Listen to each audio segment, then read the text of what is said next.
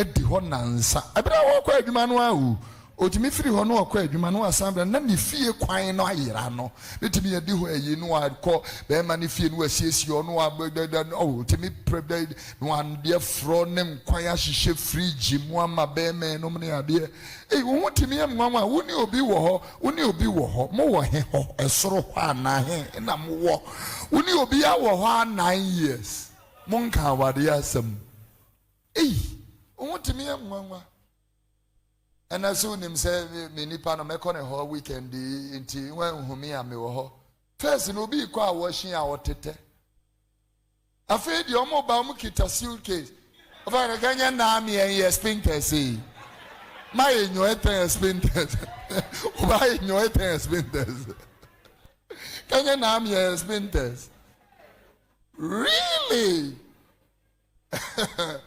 force honorable at force only for part of Panorama. And some said to be said, Panorama, e-levy, betting tax, and the taxes be a Ghana for a sworn on a drink, say, and rather you had more, you are appointing as a finance minister. Budgeted decay or neighbor parliament, sad in the decay. Abani Bechem. Abani Bechem, my bed. And that's how your friend. And yet our bed. Come for Jimmy Sunday, Minya cry, Minya Majumana Minko. So I did my bed, and our bed. Why that I bet on my bed in him? Around count. No, What you see is a two-flare bulldog, as I would describe it. Mr. What? Or two-flare bulldog. Okay, you mean they can't bite? They are toothless bulldog. Yeah, it's a two-flare bulldog, as I would describe it. Mr. What? Or two-flare bulldog. Okay, you mean my favorite Jama is, let me tell you something. This man want to give you something better around the mama, right, man? You see, and then bra ship. Avienne, yes, star, master, 3 by food, 1 for the master, 1 for the lead, 1 for the little body crisis, the lead blaster, bra ship. Avienne, yes, star, master, 3 by food. Yeah, even the best pilot, and there's no plane for you. Can you fly? So when we are talking about dealing with issues of ambiguity, higgledy-piggledy issues and mambo-jumbo issues, we cannot conduct all these exercises in Frosinosin Hill purification because we want resource. If you do all this and there is no resource, what can you do? Mumpong dia muton honum ada me yamu bibi osi mumpong dia muton honum mumpong? No, if they say pong, it means close. Yes. Munjai. Okay. Stop. If you say mumpong, they're like they have gone to school and they are closing. Mumpong dia muton honum. Stop that thing. We are super happy that we found our man. We are very grateful that he agreed to come, even though the terms were not what he would expect. But one thing that he's always said is that he feels he has some unfinished business here with Ghana. And that is the biggest motivation for him and his team. And for who he is and for what he has achieved with Ghana. So first of all, the family believe that this is not Matra Makwe. This is not Matra Makwe. This is not Matra Makwe. Because he's done it. He knows Ghana. He knows our culture. He knows our players. He knows our attitude. He knows our food.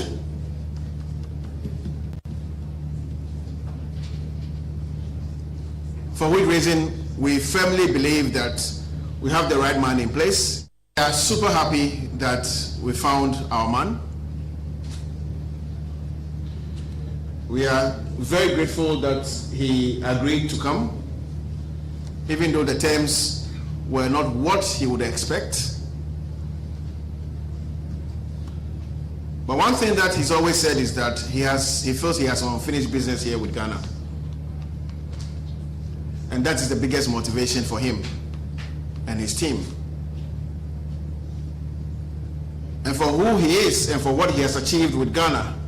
So first of all, the family believe that this is not Matra Makwe. This is not Matra Makwe. This is not Matra Makwe. Because he's done it. He knows Ghana. He knows our culture. He knows our players. He knows our attitude. He knows our food.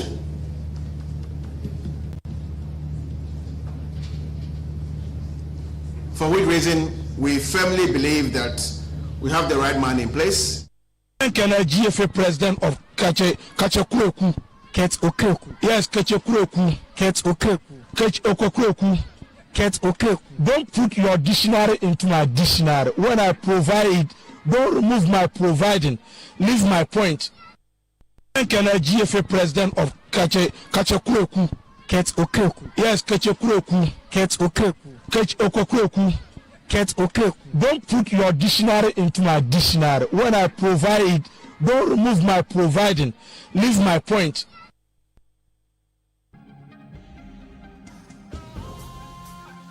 GFA president of Kachakureku, Ket Okeku. Yes, Kachakureku, Ket Okeku.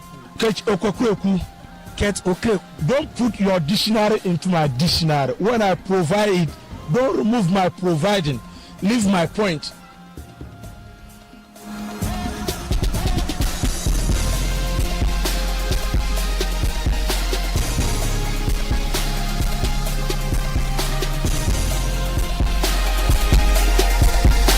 And a wonderful evening to all of you out there. Happy Easter.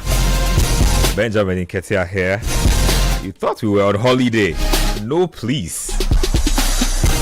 Sports Panorama is live on 97.3 City FM. The Good Friday edition. Oh boy. What a week it has been. For people like me, I had lost all hope that there will be any kind of turnaround with our national team. I was on autopilot with the national team. It looks like certain powers that be will not accept the status quo. We'll talk about that in depth. Black Stars head coach Otto Addo fired. Who is coming in to replace him? I've heard all kinds of names. Foreign, local, interim, permanent. There's a lot to discuss there. Hoho United are also not happy with a lot of things. They say they are withdrawing from participating in the Ghana Premier League. We'll get into that as well.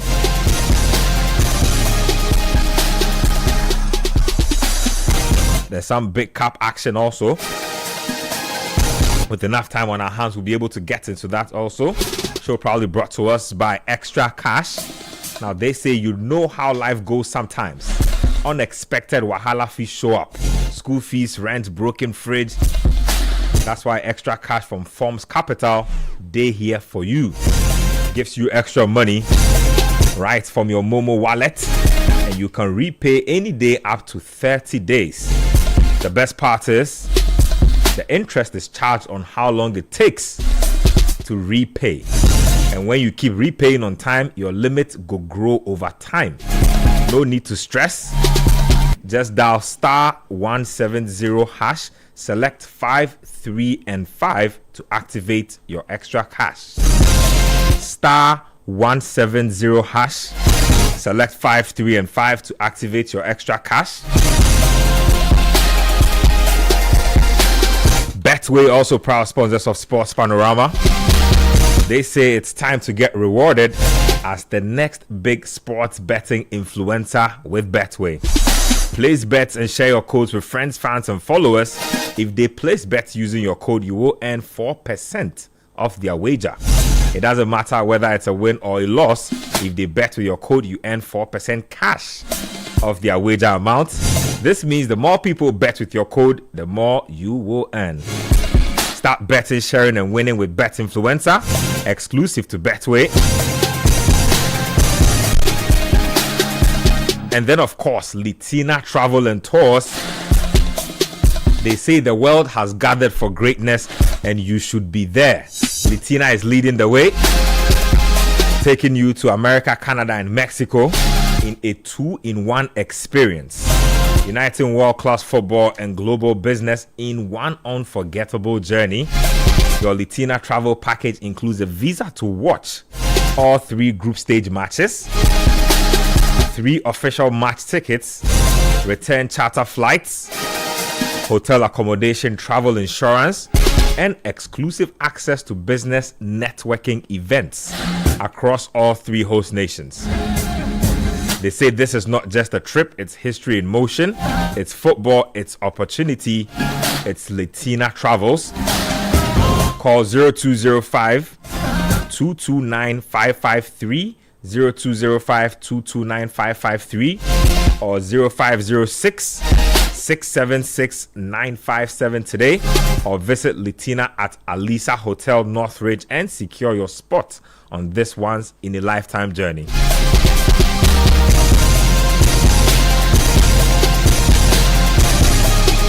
So before we get into the conversation, before I even introduce my guest and get an opening prayer for the show, let's listen to this once again. Happy that we found our man. We are very grateful that he agreed to come, even though the terms were not what he would expect.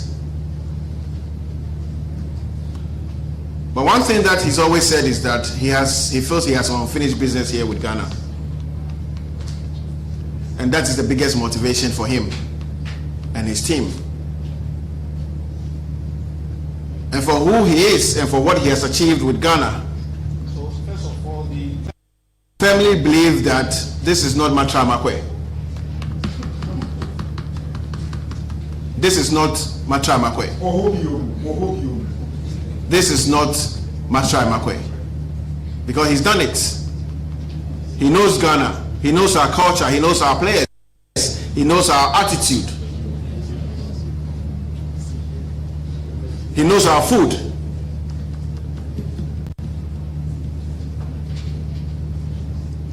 For which reason we firmly believe that we have the right man in place.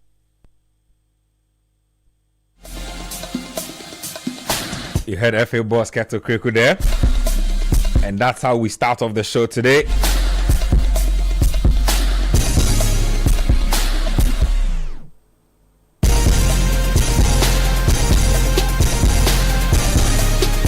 Before we get into it, big shout outs to our YouTube community. For those of you who are watching the show via YouTube, hit the like and subscribe button.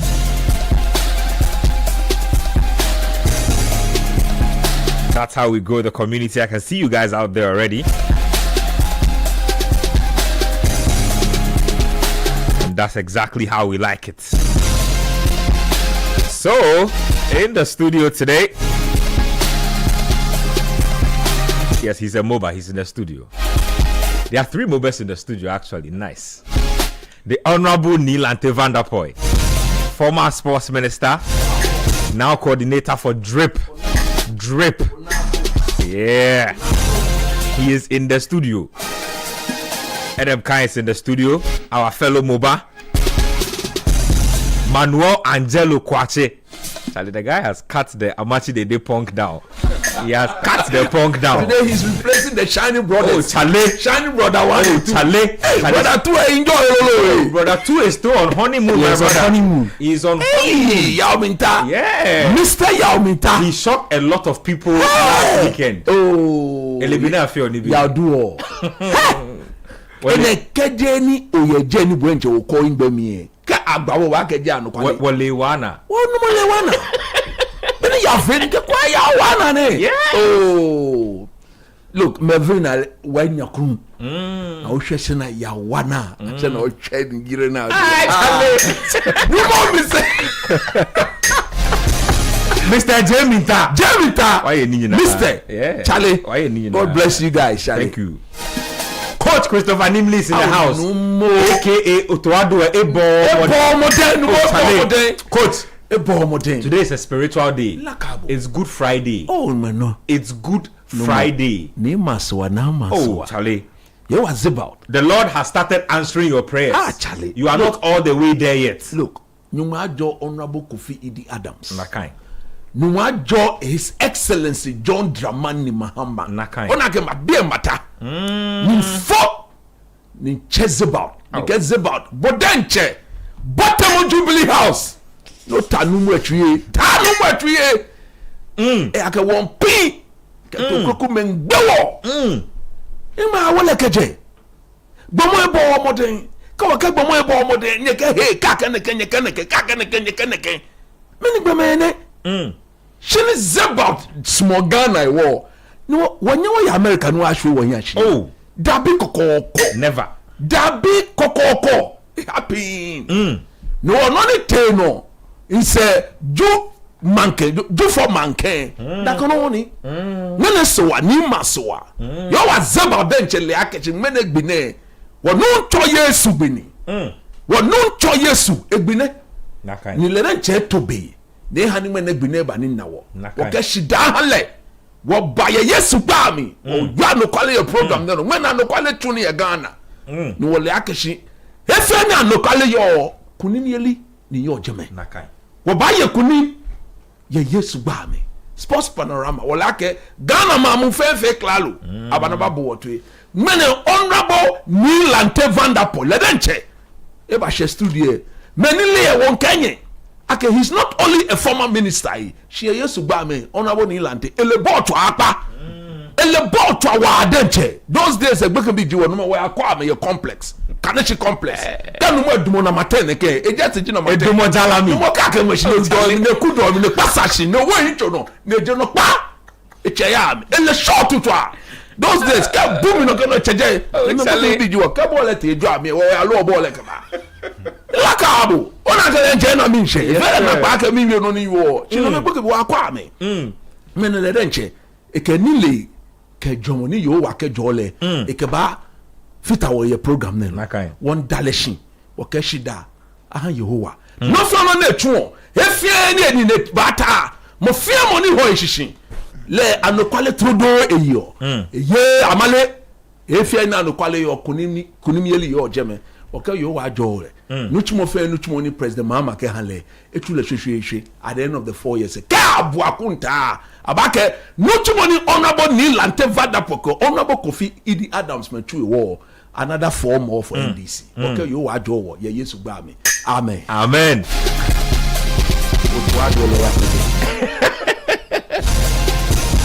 For those of you listening to us via radio, you can text us on 0539-986-996.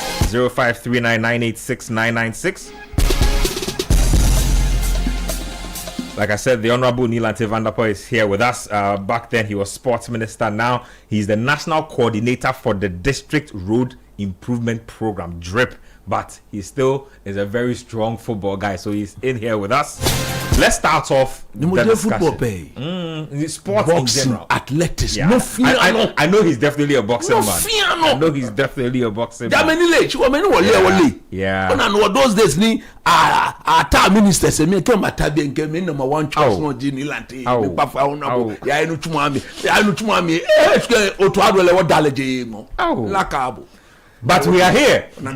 Charlie, the DFA and the ministry announced the departure of Otto Addo like around midnight. So I woke up 12:46 a.m. 12:46 a.m. I was up when the story broke, and it was haywire on the internet. You know what's funny, right? These days, because of how much we consume or how we consume internet, 1 o'clock is not late for anybody. The news are just relaxing on their bed. I'm telling you, the news dropped at 1 a.m. and within 30 minutes, it was everywhere. It's viral. Let me start off with you, Honorable. I've heard your opinions about the issues that have fallen out. So, first of all, Otto has been fired. The big news item from that is that we have to pay him a compensation package of close to $500,000. Now, the conversation progresses further with a look at potential candidates for the takeover. some foreign coaches have been proposed. So Walid Regragui of Morocco, who was just let go recently. Joachim Löw has been mentioned, but I believe that earlier today he has come out to debunk any reports linking him to the job. And then we have Hervé Renard as well, also being linked to the job. Tom Saintfiet, who coached Gambia, the Belgian, has also been linked to the job for quite a while, but he has not lent any credence to it. Kwesi Appiah appears to be a name gathering a lot of momentum. Now, Kwesi Appiah, as we all know now, is contractually tied to Sudan. And so for any form of engagement to take place, Ghana will have to engage Sudan, probably pay a severance package before he will come in. Let me take your thoughts on, first off, the decision to remove Otto and where you stand with regards to why we should either hire a foreign coach or a local coach at this critical moment. Ben, thank you very much, and let me say I'm grateful for the management of this institution for inviting me to be part of this program. This is a program I love so much. It's a pleasure to have you I here. Always listen. Big pleasure. I always listen. Yeah. And when I want to throw in my view, I pass it through Coach Nimley. Yes. and most people don't know. Most of the time, some of the things I said, you remember that when I'm there, I'll come back, then I'll be speaking on the phone. I'm talking to my boss. Let me say, I admire all of you on the program. We are grateful. I'm happy you've sustained this program for a while. And as a leading sports program in the country, I'm privileged to be part of it. I'm here as Neil Ante Vanderpoy. I am not here as a former sports minister. I'm here as somebody who also has a little bit of knowledge about sports and I want to contribute to the program. First, let me say I'm not surprised. The only thing I would say is too late in time. Too late in time. Because from day one, some of us said it was not the right choice. You see, Ben, Ghana national team is not Accra House of Folk or Kumasi Asante Kotoko. I believe that the GFA has toyed with our football for some time. It is only when you think that you don't know what you have, that is when you don't place value on it. Exactly. But the Blasters is a good brand. It's a huge brand when it comes to African football, when it comes to our performances at the youth level and even at the senior level. After all, look at our performance in South Africa. Ghana became one of the best countries, one of the 8 best countries in the world. So if you are choosing somebody to handle the Blasters, you must be able to critically analyze the worth of the Blasters to be able to project into what level or standard of coaching are we looking for. You don't just choose a coach. And when it comes to our team, Ben, because of the way our national team is structured, I have always said it is not about the coach, it's about the manager. Okay. Because the players we have don't need any coaching. If you're a coach, let me be frank with you. Namely sitting here, know all the basics about coaching. Because you can't bring players together in 4 days, 1 week maximum, to play a match. What are you going to teach them? What is the coach going to teach them? So it's actually somebody who will be able to manage the various talents we bring together for that short period in order to secure an objective. So it is not a coach. A coach is the one who teaches players what to do and how to do it. Fundamentals and basics. Yes, that's a coach. The manager is the one who manages various talents, abilities, capabilities, technical skills, egos, behavior, everything, environment to achieve a goal. So you are not choosing a coach. But many a time our GFA has made a mistake of thinking about a coach instead of a manager. That's a very interesting point. Coach Osandodu was not a coach. He was a coach manager. He put the two together. Yeah. The reason being that time, most of our players were local based. So do you know what Sam Dodo was going? He was also going around the teams. So those days he will come and stand at lotteries. Okay. Watch Accra folk training.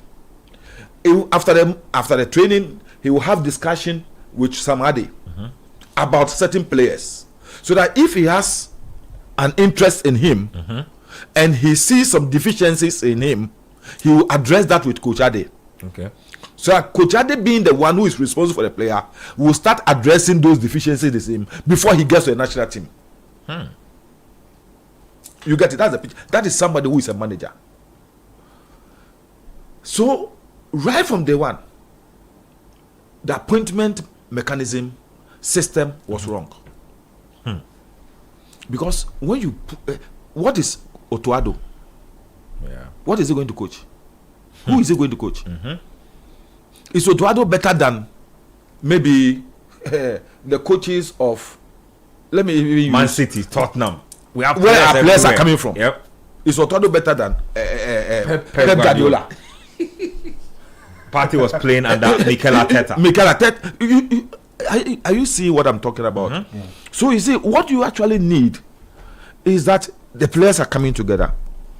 So what you do is that you put them together. You say, this is the match we are going to play. This team we are going to play. This is the way they play.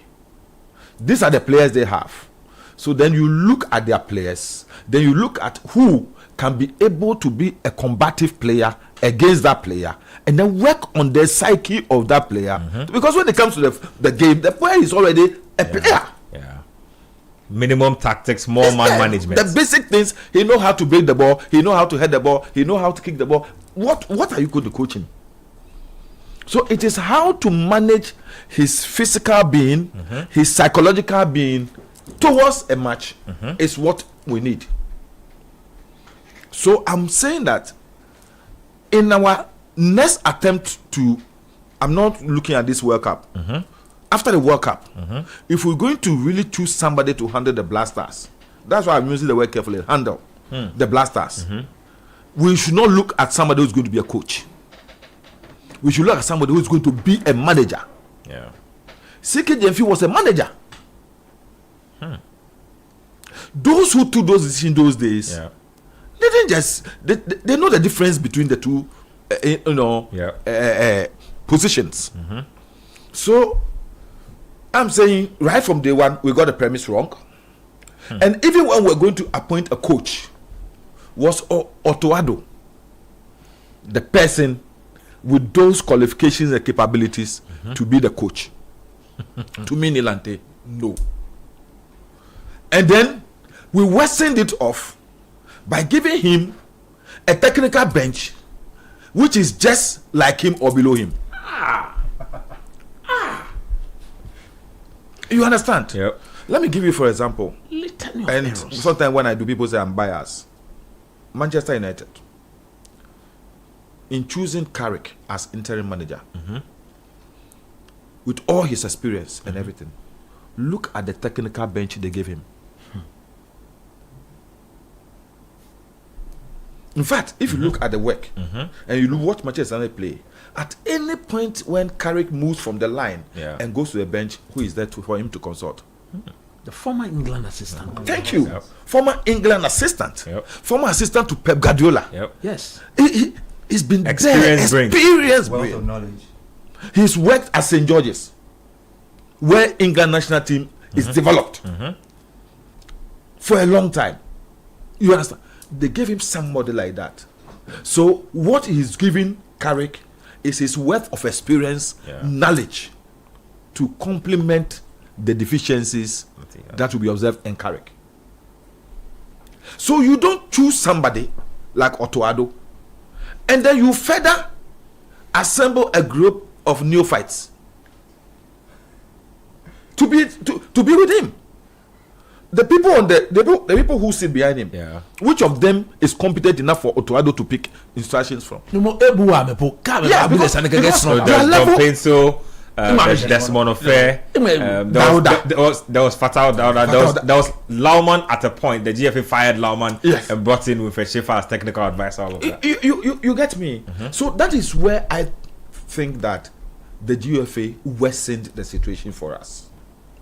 So I know, and when you people sit on a program and lament, and sometimes people think that you don't like them, you don't like Otto Addo, you don't like the GFA. I tell people it's because people don't really know what football is about.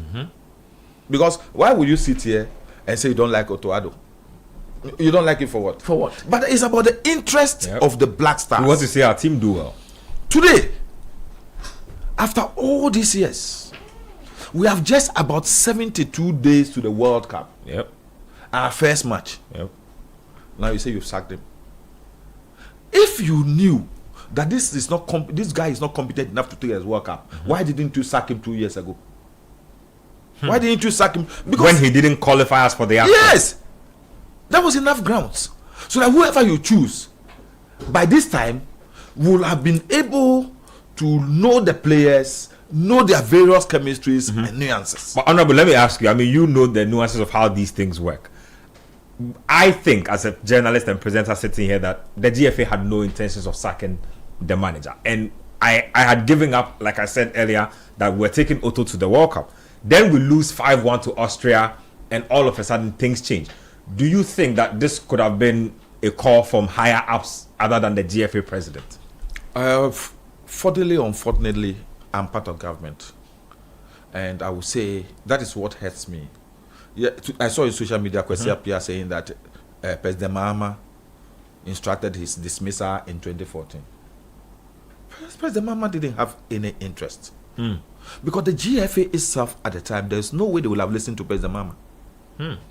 You understand? That's why I had a serious brush with them. Because they've made the Black Stars seem as if it's an exclusive right of the GFA to take every decision pertaining to the Black Stars. Nobody has a right to even intervene. And so when you try, or they say that you want to interfere. But I always tell people that government cannot sit down and not intervene in situations when Ghanaians, we can see a train wreck coming. Look, this country, close to 80% of football lovers in this country, we're all lamenting and saying that Otto Addo yet. Otto Addo Ben, you yourself said it. I said it, yeah. As for me, right from the day he was appointed, I listened to you. You said it. That was it the best option for us. Yep. So, a government will intervene. I'm not saying government intervened, but the government will intervene in such situations in order to restore public confidence in the team. It's not only our national team. Why has Tottenham Hotspur management and the club decided to sack their coach? They sacked him. They brought somebody. Why did Manchester United decide that they were sacking Amorim? It got to a time it's like if ordinary person on the streets knows that the manager is not good enough. Yes, but then the management was adamant until they caved in. So in situations where you see teams, what we should know is that a team is also a spirit being, because it's the amalgamation and the total spirit of all Ghanaians that is behind the Black Stars. The whole country. So if Ghanaians are not happy with the Black Stars, and all of us, our spirit is down, as far as the team is concerned, the team itself will not have a spirit. But it is when our spirits are high, and all of us are confident and be praying together, putting our support behind the team, that the team may not even be performing well, but that spirit will always edge the supporters. When you see people shouting at the stadium, this thing is also because we all say Opa Sema Kache Nyankopon Kache Mframa. Akewiemo susumani. Nakani. You understand? The Bible says life and death lies in the power of the tongue. So if thousands of Ghanaians are saying it's bad, it's bad. So I think that it's a problem. But then the timing, I am faulting the GFA for sitting and down waiting for all this while, because that is what has also led to this huge amount of payoff we are going to pay. You understand? Because if you have sacked him a week into your contract, you will not pay that compensation as today. $500,000 and over is huge money. Huge money. So within the term of office of the GFA, if you look at the amount of money compensations, close to $1 million. And the Ketokreku alone, close to $1 million. And 800 something, 838 or something $1,000. You understand? It's because we take decisions without looking at the long-term objective of the team. And I have said something, and many people did not accept it when I said it, that look, after our performance in 2014, I felt that the team we built over the period had reached their peak, and they were now declining. So what we needed to do was to have that tenacity and the patience and say we are building a new team for the next 10, 20 years. So in that time, and that if that is what we decided to do, then you need Otto Addo, because he's a development coach. So then you take him to maybe under 12, under 14, under 17 to start developing those talents there. You don't entrust him with a senior national team. He himself, how many years did he play in a senior national team? He didn't play for more than two years. You understand? Where you are recruiting me from, what was the level of his coaching? He was a development coach. He wasn't even the reserve coach. You understand? They call him a transition coach. Yes. When the youngsters are ready to make a transition to the first team, then they it's go like through what Manchester has done with Darren Fletcher now. You understand? So you cannot just get up and say Otto Addo is ripe enough. Look, you see, I will want someone to play for the GFA president, my very good son and nephew. What you played from the beginning of the program, when he was introducing the coach, and today. That was Milovan Rahevac when he was bringing Milo back for a second time. So, and then what did he say when he was bringing Otto Addo for the second time? He said Otto Addo was capable of doing the job and that he had good experience. So what happened now? Me neighbor. Eko ten how. Well, many were we na ke he was small. So just to even paint a timeline, so there's been he came to meet Kwesi Appiah, whom he didn't like. Ketokreku's administration were at loggerheads with Kwesi Appiah. Eventually, they paid him a severance and he left. Wait. His first coach, The Kwesi Appiah issue. It all started when he criticized Kwesi for not calling his players. You remember that striker, the under 20 striker, I've forgotten his name, the one who went and fought at the last AFCON income, the one who punched the player. And Benjamin Tete. And then there was another one in Egypt. And then Ketokreku went onto his Facebook page. He publicly condemned Kwesi Appiah. Kwesi didn't know his job. And then the infighting started. And when when he came now as FA president, Kwesi was already in the job. You remember?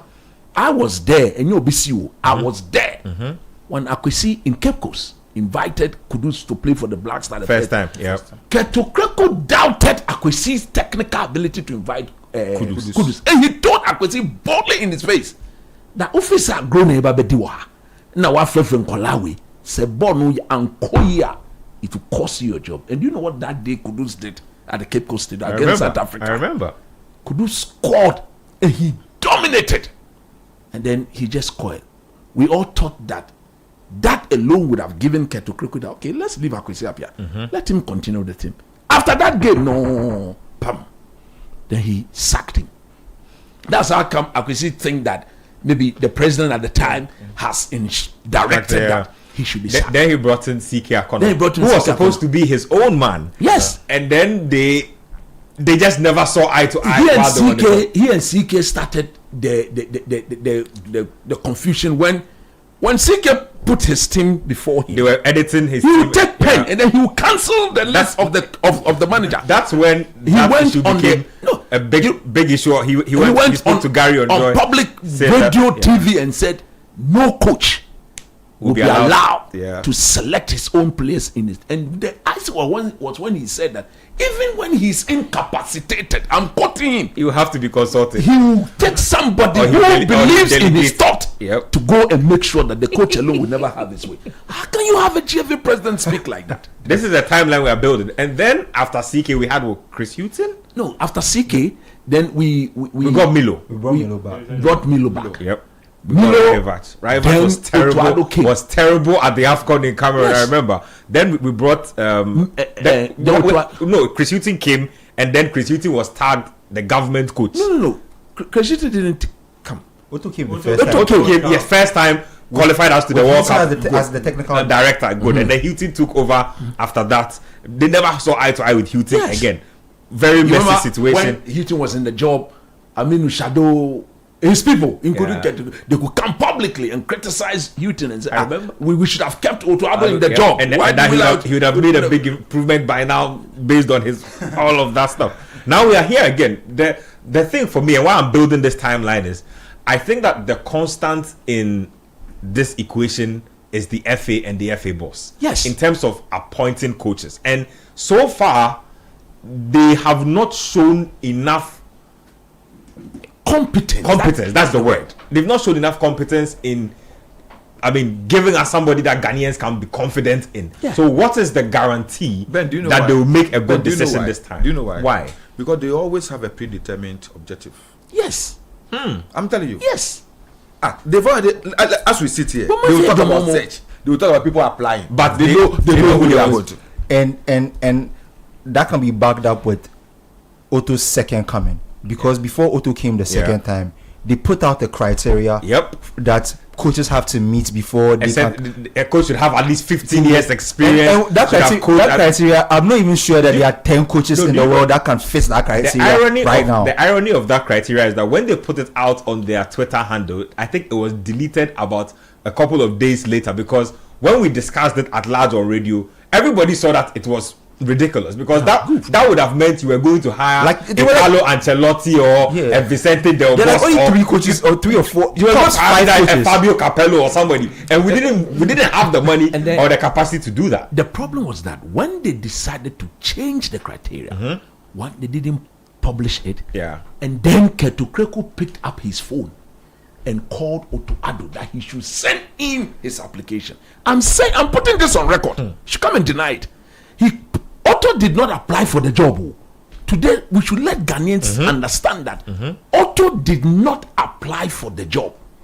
Now, when Ketu Kreku and co saw that the criteria they have put out there was so unrealistic, then he called, like they were saying already, they have condemned Chris Hughton, and his people had mentioned Otto's name.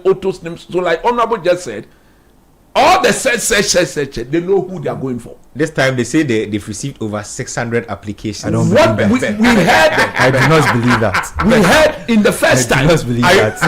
In fact, we challenge. My thing is, if you've received 600 applications, we challenge you to give us 30. No, 10 is too much. We are going too far. Just give us 10 of the top coaches who have applied for the job. We want to see it. And they didn't do that. And then what made some of us so angry was the fact that the search committee, they came and they lied.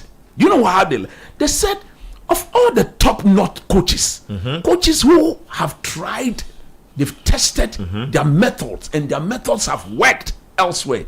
They said, including Wilfred Schaefer, Nenani, Nikbako Awolekaba at the age of 78 years, they all applied for the job, and they told us that the one who gave the best presentation was Otto Addo. And I was asking, how can you tell me this story? I really would like to see that presentation. Somebody who I would see the PowerPoint. How can you tell me this story? Somebody who has never had any practical experience on the job apart from Qatar. You know, people are good at theory. No, but somebody can fix a nice PowerPoint for you and still not be good enough. That's what I doubt those who were asking him the question on. If I was the one sitting on that panel, there's no way he was doing any convincing to me, because football is such that it's practically 90% of the job. And look at the icing on the cake. After coaching our team in Qatar, we went, before he came, we went to Dortmund and we pleaded with them that they should lend us Otto Addo. Yeah. At the time, if you go to the Dortmund page, his role there was a trainer scout. Yep. Now he went with us to the Mundial, coached our team. When he went back to Dortmund, the people at Dortmund didn't see the need to promote him. Yep. He was back to at be his old part job. of even the backroom staff of them. Because somebody who has been to the World Cup. They relegated him or reinstated him as a trainer scout. Then we went back and hired him again and gave him more money. He didn't meet any of the criteria. And look at it. This is honorable. If I'm wrong, I stand to be corrected. Viewer, listeners. Otto Addo, in my view, in history, the one who was the least qualified, he has been given the most lucrative contract ever in the history of the Black Star. In terms of money, in terms of duration, in terms of anything. That is why somebody like me, I am ready to take the FA to court. I'm going to test the law that I believe there was connivance and we will not pay that 500,000 compensation. They should go and explain to the court. Somebody who did not meet even one of the criteria, why would you give him the best ever contract in terms of money, allowances, and then duration, severance package? Who does that? City FNA. Siemens will never do that. Tell me anywhere in the world where a proper institution worth its salt will give an inexperienced person the best ever contract without putting him on proper probation. Why is this that? Fail to qualify for a competition and still keep your job. Still keep the job. I think it's lost on people how bad Otto actually was. Like Otto went through a whole AFCON qualifying and didn't win a single game. Today, that is absolutely criminal. In today, why should we pay a compensation to such a person? Why should we pay over $500,000? As for that, his lawyers have seen. The issue question is that was the compensation package also line up with clauses in the contract? Clauses that performance related clauses. My problem with even his appointment, the second appointment, is that it's different if maybe they put out information that Ghanaians should give criteria for the next Black Stars coach. They put the criteria out themselves and went against it. That doesn't make any sense. That is why, for me, I've spoken to my lawyers. You say you are testing on the law. Tuesday, I am going to meet Honorable Kofi Idi Adams. May I office anymore? I'm coming there. They should hold on to any compensation. We'll take the matter to court. I believe there was corruption in awarding Otto Addo the contract. I believe there was serious connivance because, like I've said, somebody who didn't meet any of the criteria set up by the FA. Let me give you free consultancy. Yes. I'm taking up the matter. Add causing financial loss to the state. Causing financial loss to the state. Why did you give him that level of contract? The best ever. In terms of money at the end of the month, allowance packages, and in terms of duration. I would have thought 500K is crazy. If you are giving such an inexperienced person the contract, give him 1 year probation. If he had done that, he would have failed because he didn't qualify as to that. It's almost like then you fire him. And if you look at that severance package, it's almost like Otto Addo was like above the Ghana job, and we probably begged him for the job. That's how it looks like. Because this is the biggest compensation package we are paying anybody. So the FA should pay. They've got money every year from FIFA and CAF. They receive $2.5 million. They should go and take that 0.5. That fee and pay Otto Addo. Let me progress the conversation with Honorable a bit. I've heard snippets of your thoughts on the way forward. You seem to think that we don't have a lot of time, and so we need somebody with more familiarity. Expand on that a little. Foreign coach or local coach? And if you want a local coach, who would be your most ideal candidate? Let me say, I have said one thing. I don't believe in local or foreign or all these things. I believe in a manager. I believe in somebody who is very competent, somebody who inspires confidence, and somebody who can withstand the pressure of 30 million Ghanaians who are all coaches. It's important.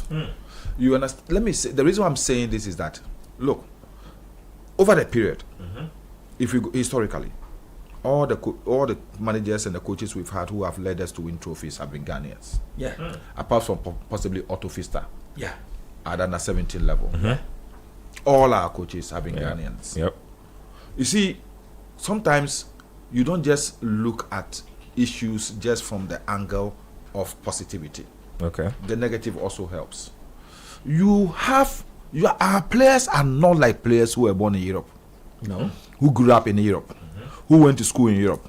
So have a certain set of character traits or attitudes that you can say they can be highly responsible. Some of these our players are from my background.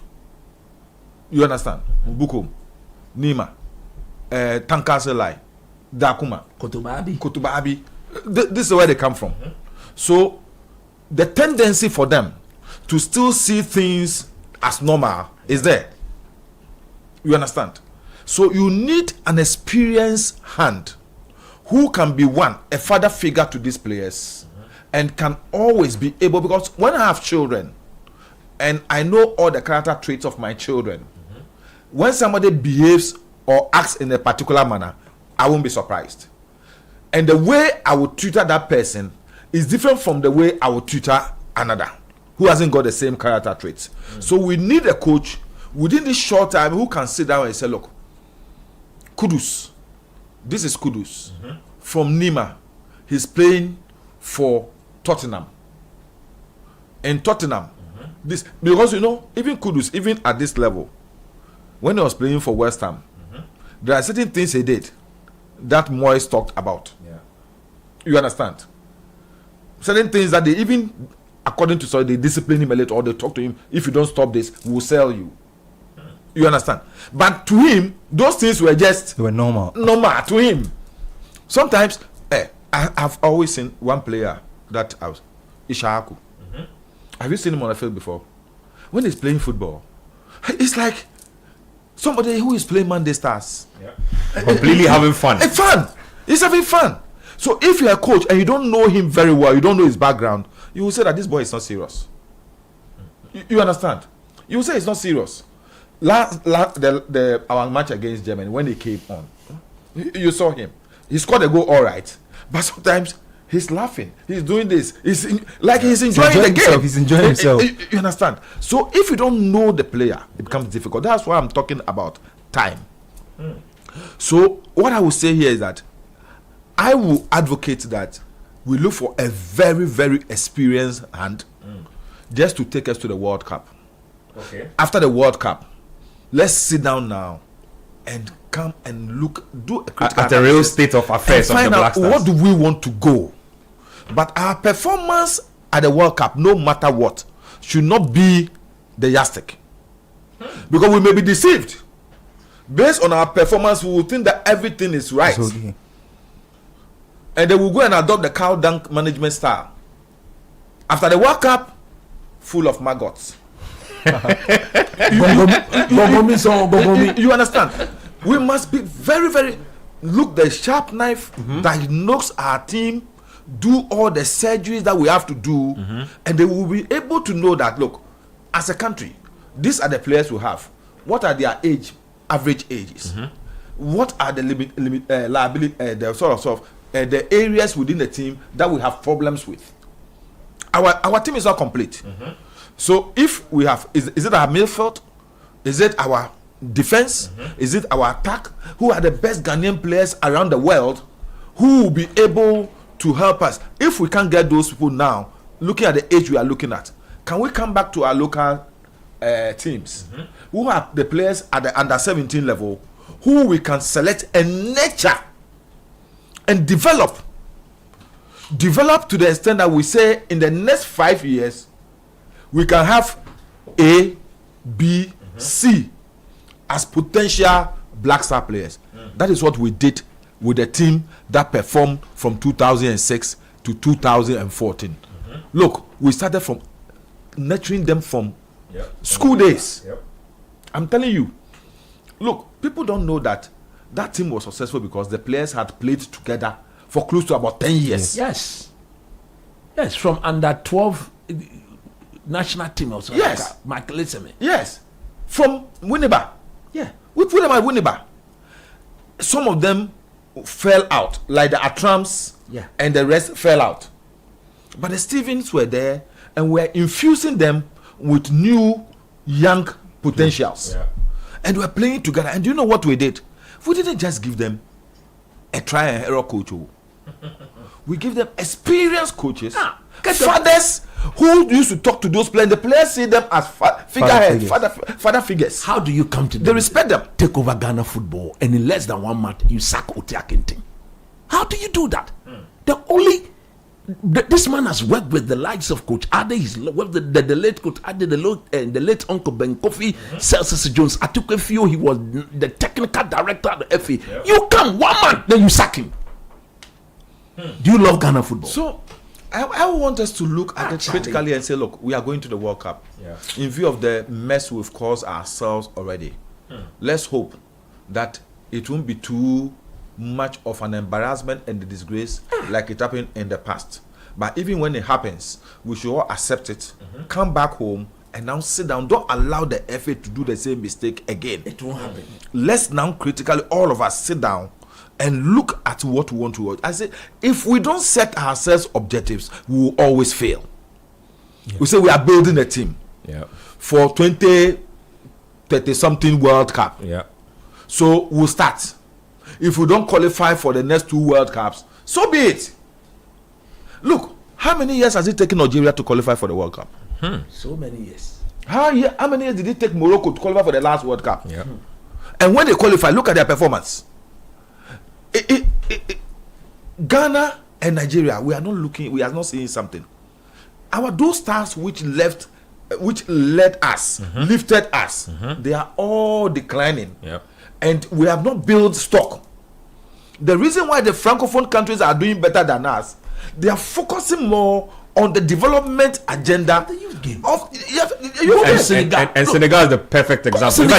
They've won basically every tournament from ground up. I'm telling you, because their youth development system is so solid. Look, today, go to Kenya and go and look at what they are doing.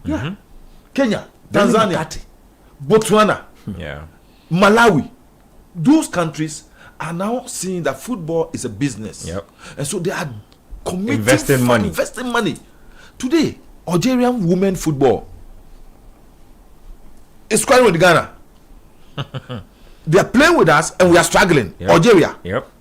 In fact, at the time, they were not even allowing women to play football at all. Because now they are developing, they are investing into it. So I'm saying that we cannot sit down and do the same things all the time and expect different results. Let's decide that we want to develop our game. We've seen our performances after the 2010 World Cup. Our performances have slumped. So what do? We are looking at the next 2 World Cups. So what do? We are going to start from getting people for under 12 from the schools and colleges, build them up, train them, nurture them. Those who have my old boy's body, how do we develop his biceps? How do we develop? Look, that's what we did. And it's serious business. Serious business. Bro, Ben, let me tell you this. I spent close to 6 months handling Ibrahim Atiku. Oh, okay. Just to build him. That nice midfield. Yes. It was my boy. I got him from Pando.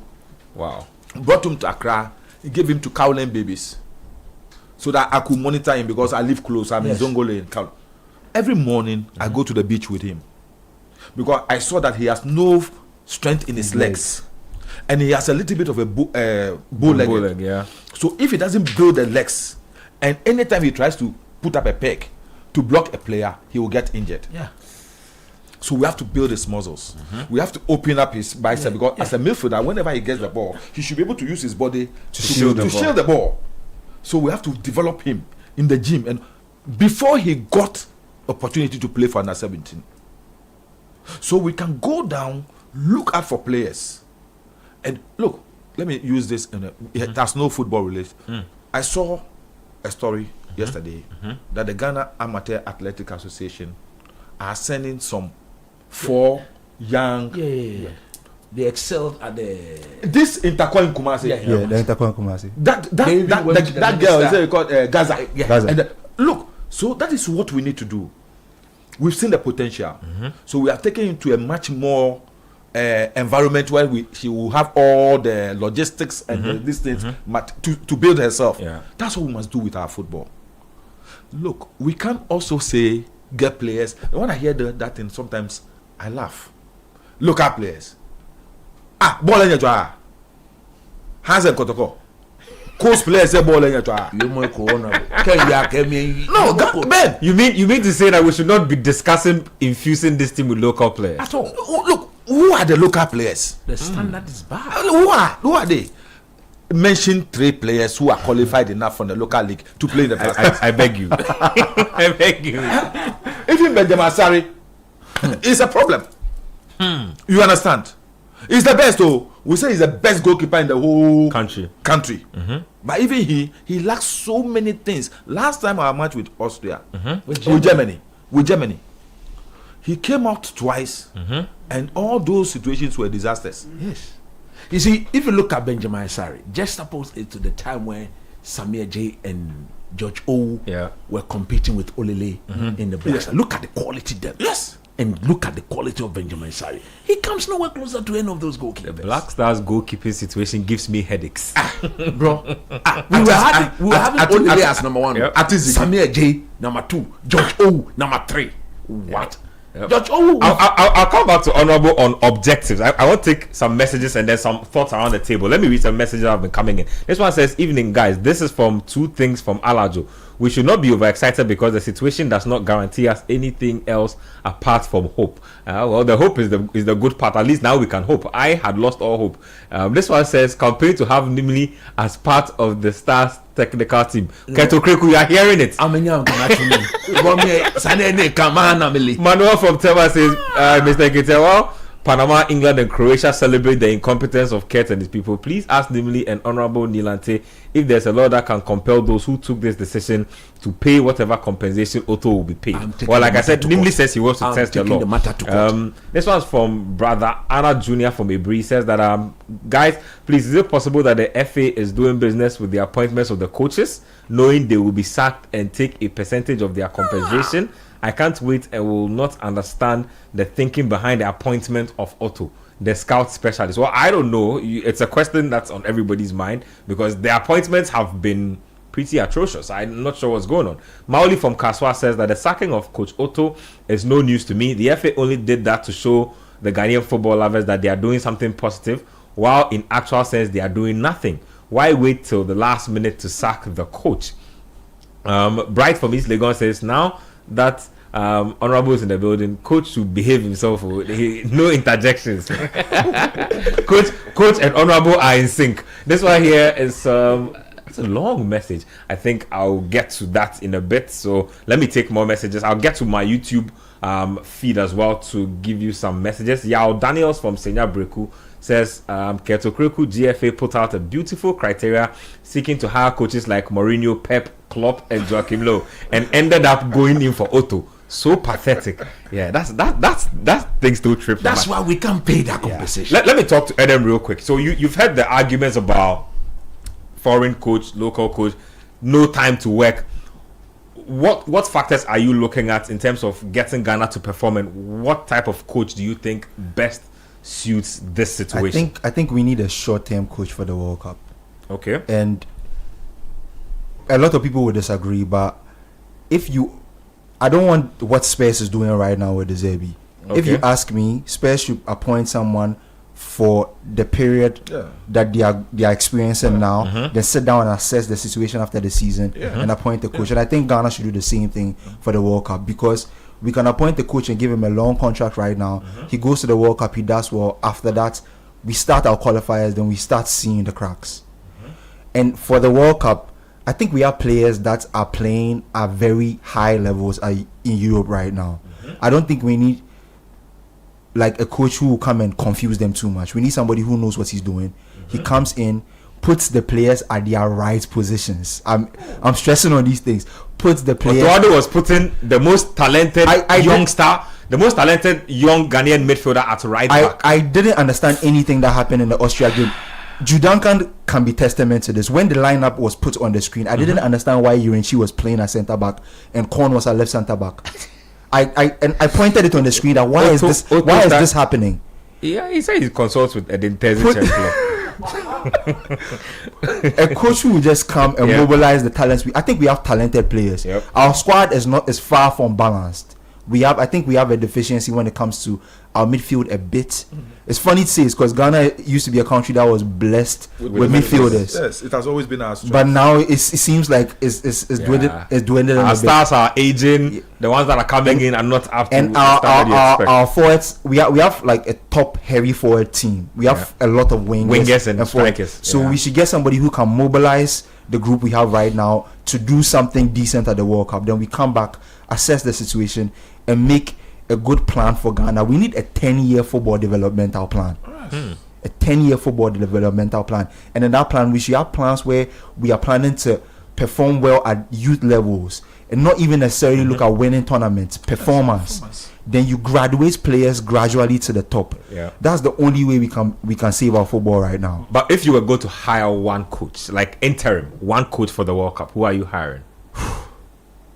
I want Javi Renard. I feel like he knows our football. He knows our food. He knows. I feel like it's a job too. He's been eyeing. I feel like he's somebody who knows us well. Amongst all of them, I think because he's worked in the past. Yes, he's worked with us in the past. He's the person I feel like who will come in and can quickly hit the ground running. Most of the other guys who will have to come in, I would have said Kwesi Appiah because of his situation, his history with Kurtz at the moment. I'm not too sure. It will not be a good situation. Yeah, but I think Javi can come in and do a good job for this short period. But he's also somebody who might want a longer contract.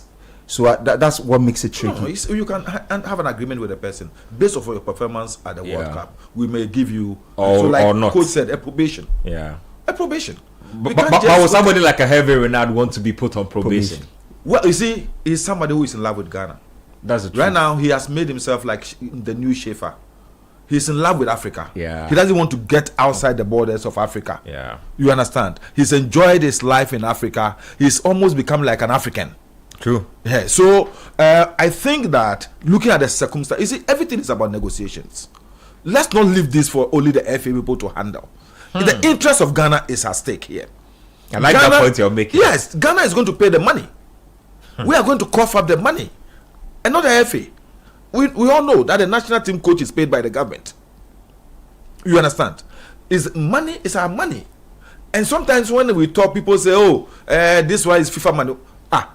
FIFA money. Who is he giving it to? He's giving it to the country because we are affiliated to FIFA. Yep. It is not the individual who sits at the FA. It's not their money. That money is for Ghana, and there is a responsibility of Ghana towards that money. So there's no free money. So even that money, I believe sincerely that we must be interested in what the money is used for. We cannot say it's FIFA money, so the FA can sit there and say that we are developing pitches. We are doing this. He used 80% of the money to pay his workers at the FA. Administration Jesus Christ. $2.5 million. 80% of 2.5. Let me listen to Manuel's thoughts on all of that has been said. So Otto out the window. Just like I asked them, who's your preferred candidate to take this team? I don't know if you want an interim coach or a permanent coach. The whole situation is just a mess, which is surprising because if you look at the FA, I feel like you keep saying they've had enough opportunities to either do the right thing. That's either we go back to before the appointment of Otto Addo himself. He wasn't the best person for the job. He shouldn't have been given the job. They've had different opportunities to get rid of him and they chose not to.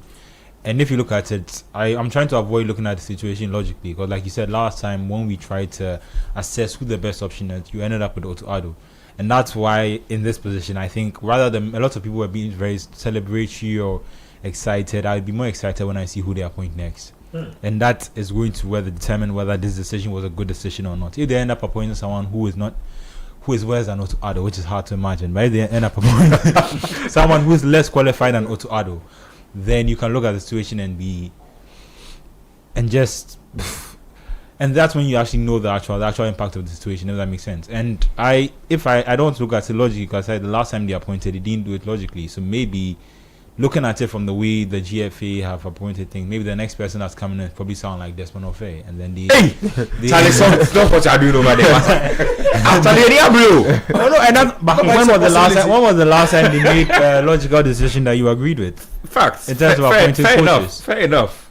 And that's why I think that they are probably going to look for something that, for the best of their intention, it saves their face. Because if you look at it, the only reason they would sack Otto Addo now is to give the next person coming in, how do you call it? A little breathing space. Not a little breathing space. It's almost like you're trying to make it nearly impossible for the next person to do his job well. Does that make sense? Because if you wanted the next person to come in well, you don't wait till 70 days. I think the next person will have to even name his squad before he even meets anybody. Is there any time?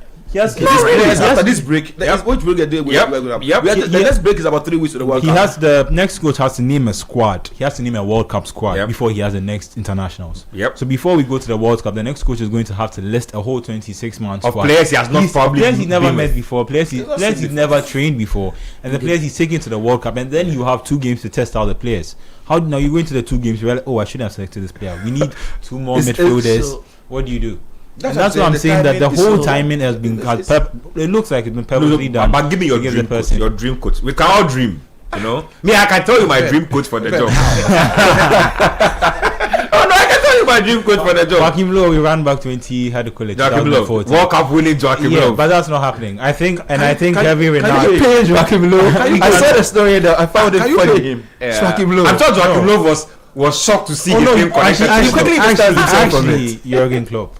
Let's go to. I mean, he's working at Red Bull now. You could get him on an international job in between. You can pay more than Red Bull is paid. I mean, I think logically, I think the heavy Renard angle makes sense. This is a man who's won the AFCON twice. As much as we want to have an impact, it's comfortable coaching African players. Yes. It's comfortable on the continent. If we are getting any coach who is already attached, we will pay compensation. Plenty money. It's not easy. Plenty. And Renard is still at Saudi Arabia.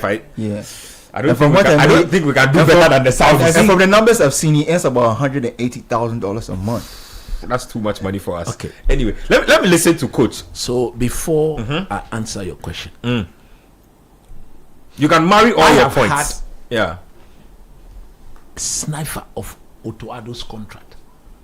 One of the reasons why I would take the FA to court again is this. In the contract I have seen, it reads that Otto Addo was given the task to take Ghana to the AFCON and the World Cup. So again, because he didn't qualify for the AFCON, that was a justification to sack him, which they blatantly closed their eyes on. Yep. And they are forcing us to go and pay a compensation. A cash. If I can just add a quick point to that, that's why I'm surprised that there's a lot of talk of government influence. Because if you hear what Ketu Kweku himself has been saying this week, he was speaking like I had to make the decision. He sounded like they had poured cold water on him. And then he sounded like he didn't even want any part of that interview. And then I get the idea of an interim manager, but I'm not in favor of that. I'm not in favor of that because the next Black Stars coach should not be judged on the World Cup. No, we need to accept that, because like we just said, the man is going to name a 26-month on the 30th of May. Players that he has never worked with before, players that he's never even engaged them in any tactical or technical discussion. He's supposed to name them. His very first competitive game will be the game against Wales, then that useless friendly that they've arranged against Mexico, where most of our players going to the World Cup will not be part, because by then the season will still be ongoing, and you don't expect teams battling relegation like Spurs and Co to be releasing their players. You don't know how these people think. You don't know what goes into their thinking. That's true. Very useless friendly game. So because of that, and my next point why I'm not so much Coach, what you are saying is very serious. Look, even England, England of all places, Arteta has cunningly withdrew his players from the national team because he sees the importance of the matches coming up. Of course. You understand? He's already lost a final. And he has tightened his belt. Yes. Any small toe injury, hey, my friend, you're out of the team. Laporta is crying about Rafinha's injury. Yes. And then the other point is that why I'm not so much in favor of an interim. Okay. The AFCON is next year, followed by another AFCON in 2028. So if you can get the right man for the job on the long term, give it to him now. And tell him to go and do well in the World Cup. What is do well? Yeah, go and do well.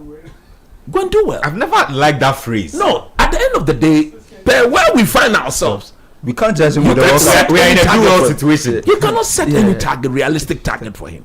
So go and do well. Go and do well means that get the players to know that he's the man for the long term. And what will he be doing?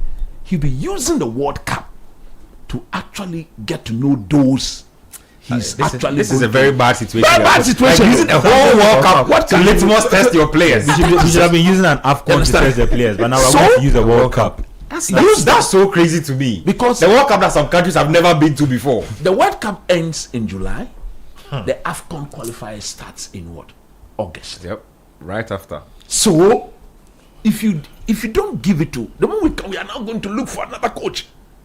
If the right man is out there, give him the job. Again, this is what they've done. Though.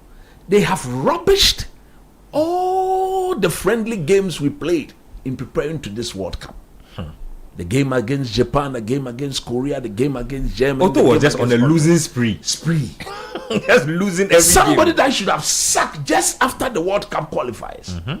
You use him to prepare our team. He's no more. Whoever is coming has got no room to prepare the team. But I want to look at the point where I use the avant-garde Coach, example. Coach, I won't cut you in. That's right. You see, that is why some of us, we anticipated this. And that's why we're saying that the situation in which we are in now demands we having a much more experienced player. Yes. I'm telling you. That's why when people like me talk about having Edin Ketia, having Otto Addo, alone single-handedly decide that he will not bring or even trying to get Welbeck back. I would love a champion, my goodness. That's what a champion is better than all the defenders. England would love a champion Can you too. see that center back? I'm saying England would love a champion too. No, a champion. Lucas England would love a champion too. So he's not. You are not getting. No, you see what I'm saying that is when we have a champion, Austin Odoi. Nketiah, players used to the big stage. You see, so that will help us, so that coach will not have too much of a burden, trying to lift players' spirits, trying to encourage you. Yeah, because these players can handle this, and I want to see Ghana and England, where in our team we have Kudus, we have Semenyo, we have Austin Odoi, we have Edin Ketia, we have Partey, Jikume, we have a champion. Players who have battled it out with these guys before. I swear, Callum Osei-Odoi standing, Ben White will not make a move that. You see, look, Ben, let me give you an example. You see, when we're playing Coast, we all feared Abedi Pele. And I was a very difficult player. Wait, you played coach of Abedi? Yes. That's some legendary stuff. But I've always been the reserve for most of the matches. But that particular match, my coach called me and said, for those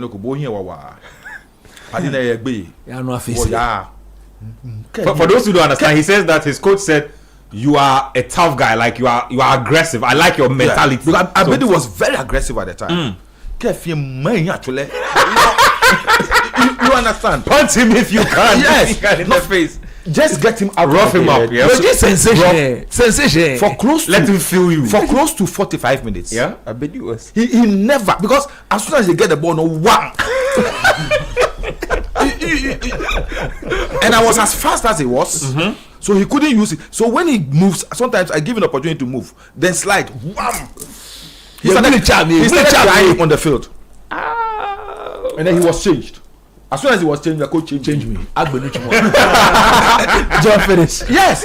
So sometimes you need to have certain players that you can use purposely for certain jobs to achieve an objective. That's right. And I think that is what we must do. So look, we are going to this World Cup. We have a critical situation now. What do we do? Yes. So can we explore the possibility of having these players so their level and their confidence alone will be able to take us through.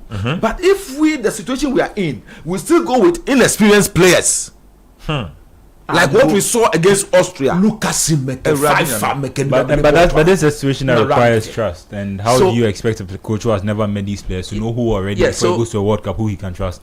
So that is the issue. This particular, in fact, what we have done is that we have even made all the trials and the play completely useless. All the friendlies up to this point are really useless. All the information given from them, and there's also the important point of just deciding whether or not the technical team that's behind him, what happens to the team. So we'll talk about that. You mean we bring a new coach and ask him to work with this? No, but how do you expect a new coach to come in and just work with all you will sack all of them. So the point that's a different financial conversation. The point I'm making is that so if you look at where we find ourselves, the AFCON, we got the AFCON 2027, 2028. Then we go to that 4-year AFCON. We need to get an experienced coach. I think the idea of Heavy Renard, if he wants the job on the long term, you give it to him. But because of where he is now, we can only get him provided the Saudi decides to sack him. And then they go for the Moroccan guy. Then because of the love he's had for Ghana, we go for him. So he is my first choice. But under the circumstance, I don't think you can come. We can get him. Now, this is my choice. I heard his name. When is the Saudi League ending? He's coaching their national team. He's qualified them to the World Cup now. But there's some friction over there. I think he himself is trying to get out based on reports. But if he gets out, I hear players are on his side, management are not so much on his side. And they are courting the Moroccan coach that has been fired. That is what we are hearing. And he has said that he doesn't want to coach another African team. So the Saudi job will interest him. The Moroccan guy. So the point I'm making is that if we can get him, but if we cannot get him, there's this name coming from South Africa. Pitso Mosimane. Pitso is a tough coach. Look, I have Sundowns. I have watched Sundowns and Alali. He's an African Champions League winner. Both with Sundowns and then both. He's a good coach. Very. He's a good coach. Very strong personality as well. And the people he has to work with. You see, are also quite good. If he walks in, I saw him with Alali. And exactly. You see, very strong personality. If you can coach Alali per their demands, you can coach any national team in Africa. I think he went to back-to-back finals. Yeah, he won back-to-back with them. Yep. And you see, in Egypt, for an Egyptian club to call on a South African or any other African to come and to coach that, it's a very big deal. It's a big deal. It's a big deal. Look, if Ketokreku and the government are listening, pick the phone and call Pitso.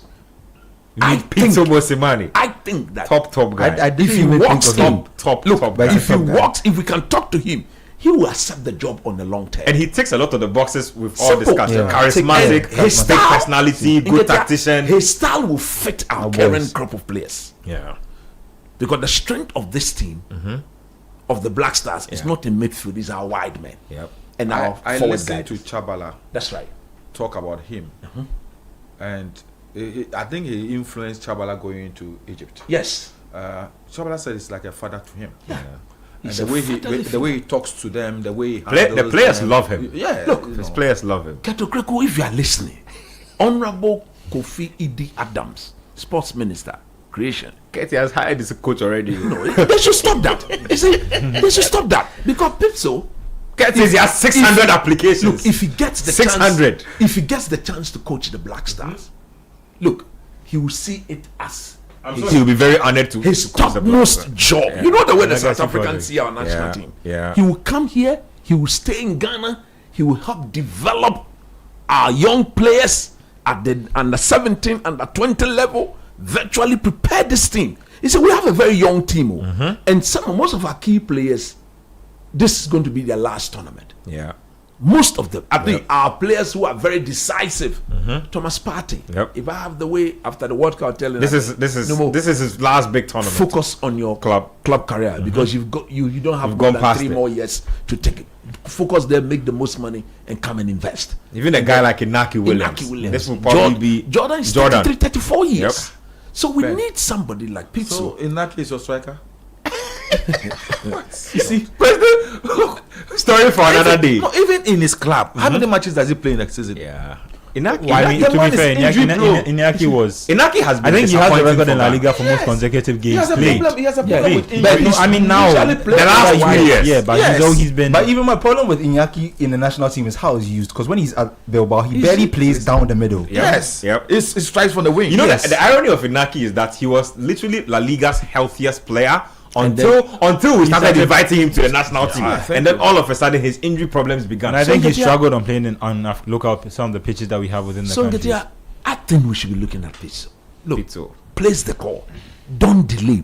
We can pay him. Any coach who will be able to handle Zambia, South Africa can handle Ghana. Yes. The pressure there because we have similar styles. Similar style. And our people are passionate about football just like the same way. It is something that we have to look at. Pick the call. I will have a little bit of problem with a Moroccan coach. Yes, I see a little bit of arrogance in him. Walid Regragui. Yes, I see a little bit of arrogance in him, and also typically with an Arab, you should expect sometimes they see themselves a bit of a superior. You know, and to be honest, he's worked in an environment that's almost seamless. Everything he wants is available for him, and that I don't think he will be privy to that type of environment. Yes. It is that's what I'm saying.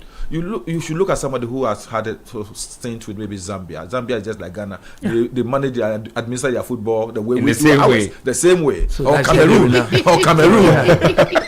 So this land for me. My first 2 picks. If we cannot get heavy Renard and Pizzo, I would have if I'm closer to Ketu Kreku or I'm closer to anybody close to the government. My senior is here. Senior, after here you can call Honorable Kofi and tell him that if that South African coach is available, I think he's a coach that when we are employed, if we were to employ him, he can give us a good shot at the 2027-2028 AFCON. Those 2 back-to-back AFCON. If we leave the job to him, I think he can give us our best shot of ending a 46-47 year wait of not winning a major tournament. I will not accept any European who has those kind of recycled Europeans. No. We don't want them. We don't want any of them. We don't want you. Even those who are coached in Uzbekistan, those who are looking to use Ghana to revive their teams. And those we don't want. It's like we are not serious. But let me ask you about objectives, because I don't like the objectives that have been thrown around the table. Basically, let's go and do well. It's too short a situation for somebody to do well. How do we go? Telling the person to go and do well doesn't mean you should go and mess up. But Ben, under the circumstance, you cannot set realistic target for you want us to go and win the World Cup. No, at least let's say baseline expectation. Look, round of 16, quarterfinal. I will be very happy if we go through the first round. The group stage. If we go through the group stage, I will be excited. That's the minimum from us. What was our performance in the last one? Yeah, we're not that to the group. Yeah, so if we go, that's an upgrade. Don't forget that this Black Stars team, in the last 3 tournaments, have won only 1 game. I think people don't realize how bad I've always said this. So you must be. You can include the last 2 AFCONs as well. Yes, and then they didn't qualify for the last. So in the last 4 major tournaments, they've won only 1. That was the game against South Korea. I have eaten more meals today than Kurt's administration have won a game Black Stars games at the AFCON. That's it. So with all these things, you cannot bring in the coach who will be working with players he's not worked with before and say go and make a quarterfinals. Everything you're talking about points to Kwesi Appiah. No. I think Kwesi, if we cannot get Heavy or Pizzo, Kwesi should be the last. Then Kwesi should be our last. But if there's any room of getting Pizzo, no more. And Pizzo is at home now. What will be the objective in choosing Kwesi? I think familiarity and looking at a long-term project. I think if you look at it, he will not be the long term because he will go back to Sudan because he will not take the job on a permanent basis. And don't forget that he does not have a great relationship with this administration. I think that's the most. You don't want to. That's the most. This assumption. Yes. I think I was saying he would probably be getting out of the contract with Sudan and then committing. No, we have to go and pay another severance package. We cannot do that. Go for pizza. Go place the call. Make the call. I didn't even think of pizza. How would you guys feel if Ket upgraded with Shefa to full-time? I'm a mistake. But he's an AFCON winner. No, but if no, I'm just saying he's an AFCON winner. But 30-something, 25, 28 years ago with Patrick Mboma and that was Solomon Olembe. 2002. Then let's go for any of those old coaches. Oh, let's go and resurrect the ghost. No, we understand. That's crazy. No, but is it Shefa has hung around the coach. He's hung around this team quite a while, and he was supposed to be. No, but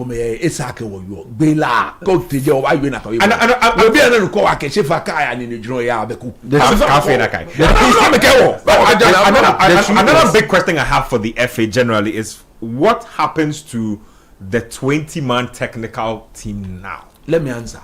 Apart from the medical team, apart from the medics, they have the medical report, the injury record of the current crop of players, which of course you don't expect the new coach to step out of that pool. There will not be a major movement away from the pool. Apart from the medics, John Pencil, or saying Desmond Ufe, Shefa. I will plead for Desmond to stay. No, why are you pleading for him? Because he should go and learn at the under 20 level. When we took him to under 20 in the most important game, no comments. Yep. In the I want him to get experience from whoever will come in. You see, whoever will come in. If that's the case, then Maxwell Kunedu should be our head coach. Yes, because Maxwell Kunedu was assistant like twice or 3 times, and some way somehow it's not even. We cannot be joking with this thing. Desmond is a personal friend. Oh, let me state this on record. Or be your great. He's a personal friend. I have his number on my phone. He calls me, I call him. But the fact is, he's not ready to. Where we've gotten to, he's not ready. We want that assistant coach. Our situation when things are not going well, and the head coach were to come and sit by the bench. No more. When they are sharing ideas, they're coming out and it's even how your players look at your coach. Like imagine Partey is looking for guidance on the bench and he turns and how guidance. He's worked with El Cholo, he's worked with Arteta. I think he did a good enough job with the under 20s. I didn't think the progression to the Black Stars was the right step at the time. Look, I sat here at the time he was given the appointment. I told him it was the wrong appointment. You said it. I remember that. Stayed with the under 20. If he had been there, but now this is the time to have. Then you go here. But he went there. What was his influence on the Black Stars?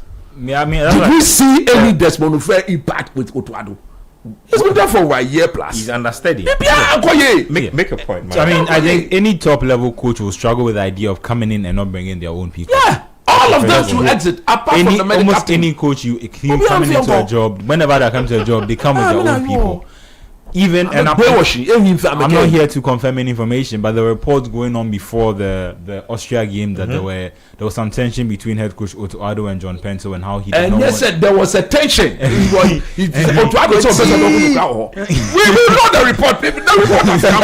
Yeah, the report has come. When we said it, they say, hey. No, Otto Addo, he doesn't want to see him. They take him from there. I don't want to see him.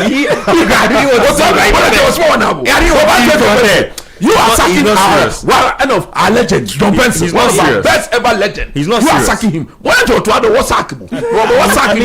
I mean, fair, but we also need to admit that John Pencil himself is a little inexperienced in that position, and that's another thing we need to speak about.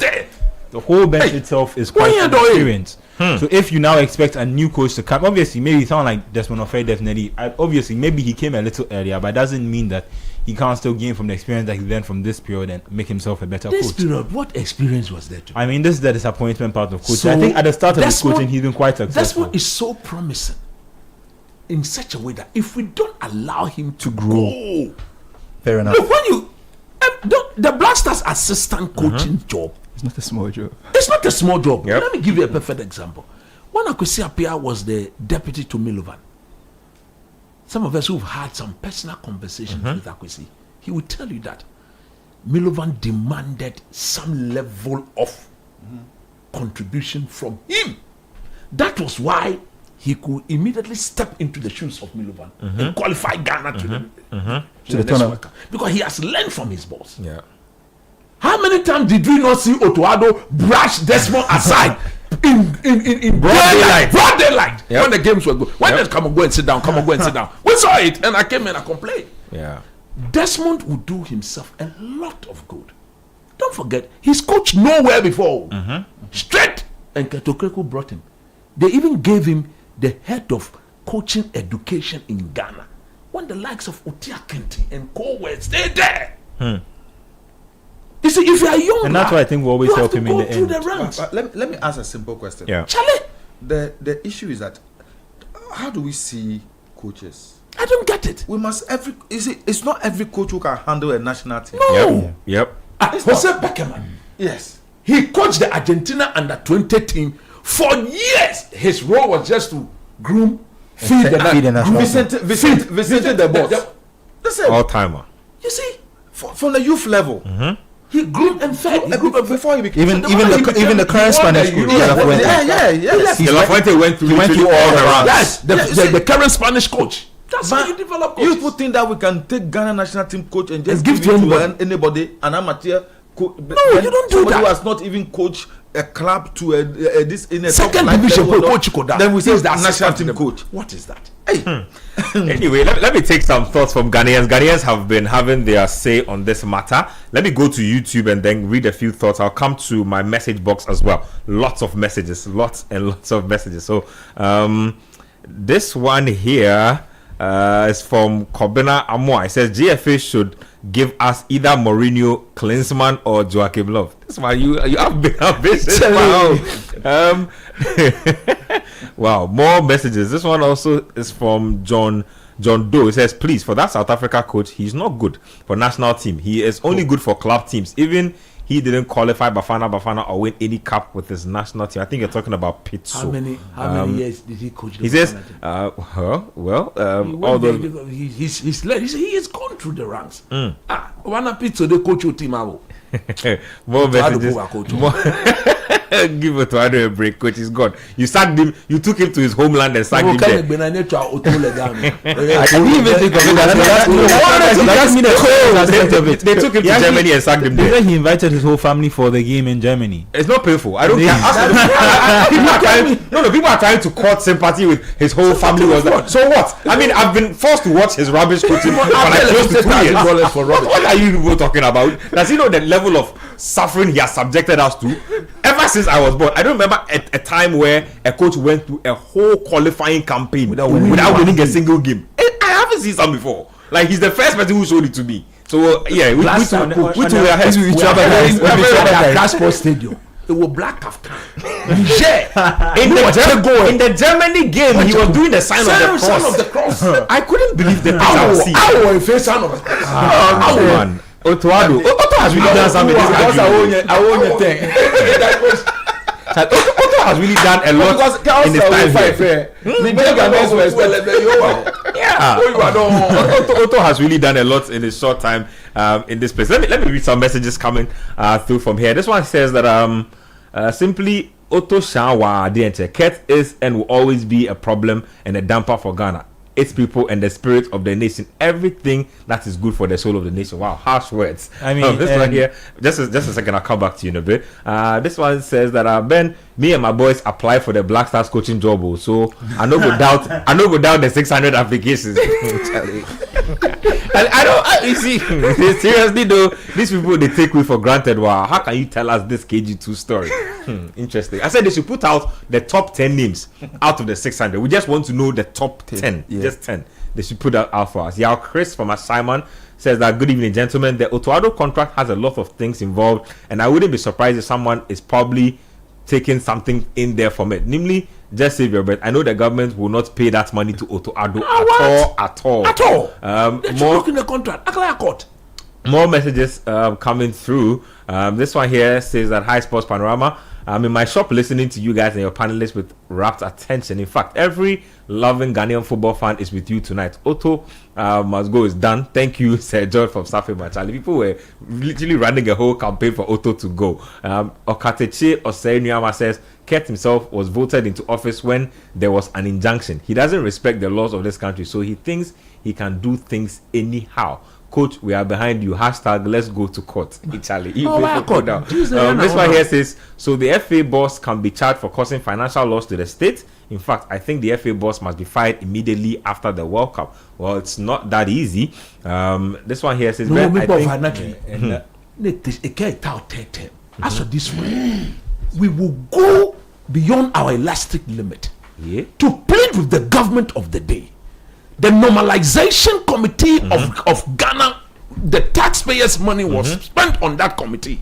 And when the committee sets up a rule that says that you can only go for 2 terms, this is the first person who is experiencing that 2 terms. He's yet to complete that 2 terms, and he's saying that he's going to change the rules of the country and go for but has he said that? No, but he hasn't said that. So we are waiting for them. He hasn't said that. Once it is echoing, we are telling the government of Ghana, President Mahama, Boji number 1, just a simple phone call to Ketokreku. Don't dare. It's 2 terms. You finish your come get out. It's finished. That's not there. Let the system run. Let the thing run for some time. Let us see whether it works or it doesn't work before you think about bringing the and to be honest, if you cannot achieve your objective in 8 years, there's no guarantee that you can do it in another 4 years. It's no guarantee. Actually, 1.5 to 2 years. Let me discuss on foreign football a bit, because there's trouble brewing at Chelsea. The project is wobbling. The key cogs of the project are questioning the project. So this week, Mark Kukaraya and Enzo Fernandez have been stirring up a storm. Basically, Enzo Fernandez, Mark Kukaraya, first of all, has questioned Chelsea's decision to fire Maresca mid-season. He says that the project is not going according to plan, and this is not how a project should go. Enzo Fernandez is busy flirting with Real Madrid. He has a baseball contract. He forgot. Big contract. He has, I think, close to 7 or 6 years left on that contract. But basically, there's a clause there that will lie. For 2 players of that stature to come out and question the project that has been laid forth by Chelsea is signs of big issues going on. Let me take thoughts from Mano and Edem. I'll take thoughts from Coach as well. Quick thoughts. I mean, what's going on with that situation? How did they get out of this situation? I mean, for Kukurela, I feel like he's just he's speaking the truth that needs to be spoken about, and I thought it was something that was noted from outside Chelsea. But one of the main things that I understood from his point is when he was talking about how he thinks that there's been too much investment in young players and how you need to balance it out. And I've made this point sometimes that Kukurela is he and Robert Sanchez, like except for when Sterling has left now, so they are the oldest players at Chelsea in terms of age. And I think if you expect players like that to be the how do you call it, be the inspiration for younger players, the pillars of the team for 2 younger teams, I feel like that's always going to be problematic. And while they were winning and while they had success under Enzo Maresca, that was always going to be pushed aside. Now that you've come in with, and I've made this point that with Maresca, they made the same bet that they made with Rosinia. They bet on a young manager who was promising but hadn't really achieved anything yet. And Maresca's time, all he had achieved was winning promotion from the Championship to the Premier League, which is not considered. I don't consider that a major trophy. So to try and repeat the same trick again with someone like Liam Rosinia, bringing him from Strasbourg, and when he's coming in, he already had the problems with how his connection with Chelsea, how he had seemed like he was being paid simply because he had a connection with Chelsea and with Bluco and with these people. So to bring him in, he had an incredible start, a better start than any Chelsea manager I think in recent history. If you look at the wins, I think the wins. You can argue that he had an easier run of games coming into it, But the what matters is that he won the game. The only games he lost were against Arsenal. People were pointing out that this man, they solved their problem. But the minute they got knocked out of the Champions League, everything changes, and that's why as much as they are trying to change the culture and the philosophy of Chelsea, the Chelsea fans themselves have not necessarily changed. You can change the players, you can try and change individually the coaches, but the culture itself at Chelsea hasn't really changed, and I don't think the fans were going to tolerate this. Chelsea fans are still in Abramovich mode. Yes, and they are still expecting to win and win trophy. And now that things are not going well, you're going to see players talking and having their opinion. For Cucurella in particular, I'm surprised that but he hasn't been punished for what he said. I think how they call it, Enzo Fernandez has been given a 2-month suspension from 2-month match suspension by the board or by Chelsea themselves.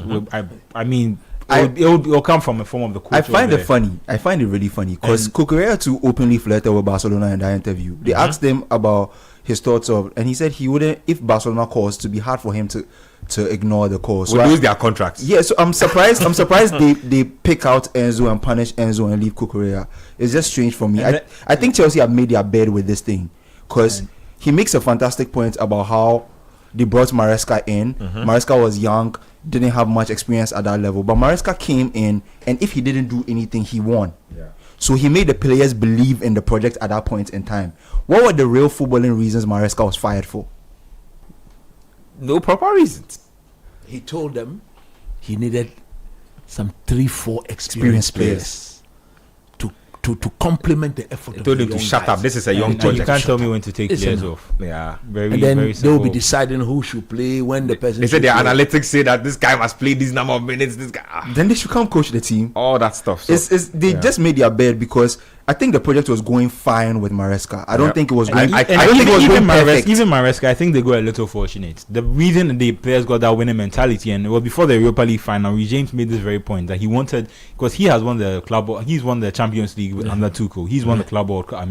When the Club World Cup was still sporting event, so he has the habit. But he said all these new players don't have the habit of winning. But when they won the Conference League, going into the Club World Cup, that's entirely different. Entirely different than the easier side of the draw. All he had to motivate them for was the final against PSG, when no one gives you any chance of winning. I want to hear what Chelsea fans have to say about this. So, how do you feel about your players flirting with other teams and other clubs? According to Enzo Fernandez, doubting the project. According to Fernandez's agent, he said he wasn't flirting with Real Madrid. He just pointed out that he loves to live. He wanted to live in Madrid. I saw his agent. His agent is Javier Pastore. Is it the Pastore? I think it is. Former Real Madrid. I think former PSG Napoli. PSG, Palermo, and then I think he went. But in any case, he says after the World Cup they will discuss. He says he wants to live in Madrid. He's not that he wants to go and play for Real Madrid. And I think that's an important distinction. It's not the one for players with ambition. Yeah. Today it is Maresca. Yeah. What are you saying like that? Today it is what? Rosinha. Correa. Tomorrow it will be Caicedo. Those South American boys, they've got ambitions. Though. If you've got them in your team, they want to go to Barcelona and Real Madrid. And whenever Real Madrid or Barcelona comes calling, you will not stop them. They will go. Can you give an example of any of them that Real or Barcelona came calling and they didn't go? They'll go. True. So what the Chelsea? You see, the moment Todd Boehly and his people took over they said they want to replicate the Brighton model. I find that ridiculous. Those were the words. Yeah. Nobody at the time. And Brighton is a mid-season team. According to the Brighton CEO, Chelsea are their best customers. You understand? Tonatone. And they went and took the directors of Brighton. Yeah. Those behind the Brighton project and brought all of them to Chelsea. But what were you expecting? How many players did Chelsea buy from Brighton? Because Brighton has a very, very efficient and effective youth system. Exactly. Oh no, fair. But then they did the same thing with their players. But the Brighton model will not guarantee. It doesn't win trophies. The trophies. The Brighton model is grooming players for bigger clubs. Yeah, exactly. And you can even see from this season that it's not always going to be successful. And I think that's what it is. Tom Boehly is a businessman. He's not like Abramovich. Yeah. Yes. Who is a philanthropist and has money and wants to splash and want to also make a name for himself. I think this is a reality check statement you are making for Chelsea fans, because that completely changes how Chelsea operates. So Abramovich, he's not trying to make wealth. The wealth is already what he has. The success is wealth. He wants to win trophies and see his team play football. I listened to Obi Mikel. He said under Abramovich, when he brings the coaches, he tells them, Me, I want to win. Finished. Win, and it wasn't you're fired. Ben, it wasn't Simple. only Abramovich. Yeah. The Russian oligarchs. Yes, that's the way they do their thing. Decided To go into sports. Yep. So it was not only football. Alicia Usmanov tried it with Everton. Yes. He brought in Carlo Ancelotti, James Rodriguez at the point. That is what they try to do. Yeah. You know, but Bolly is a typical businessman. Yeah, he thinks like an American sports businessman as Yes, well. yes, and the American yes. sports people are always looking for quick money. Oh no, I think you're a Manchester United fan. Are you? I am. Quick question for you. It's been raging here. Michael Carrick as permanent manager or not? I want to know your thoughts on this. Oh, I'm all for it. Permanent. Yeah. Permanent. You see, I've asked a question. What's the difference between Michael Carrick and Mikel Arteta? Mikel Arteta, Bayern Munich, Vincent Company. What's the difference? What's the difference between Carrick and when Pep Guardiola picked up Barcelona? Because that time Mourinho was way more experienced and they were considering both and they gave the job to Pep. Yes. He had only coached Barca's reserves at the time. You see, if we are talking about the next generation, the next generation, the generation after Pep and the rest, the Vincent Companies, the Artetas, the Carricks, Nagelsmann, Fabregas, that's the younger managers. So I'm saying that if those people are doing it, what's the distance that look when Ferguson came to Manchester at that time, Busby has built the team to a level. After the disaster, they were looking at a project, a long term. Ferguson came for 3 years. He was nearly sacked. True. He was nearly sacked. Yeah. Then he got opportunity to bring in Cantona. Got Steve Bruce and then it changed the whole atmosphere. And then he started building the class of 92 as a long-term project. And that is what changed Manchester. So I think that Carrick is somebody with a sort of background he's got, with the DNA of the club. He should, from what he has shown so far, and the sort of technical bench they have given him, I think is for the future. Jonathan Woodgate has also passed through and was a wonderful footballer. Johnny Evans has proven that apart from the quality on the field, he has what it takes to be a manager. True. Look,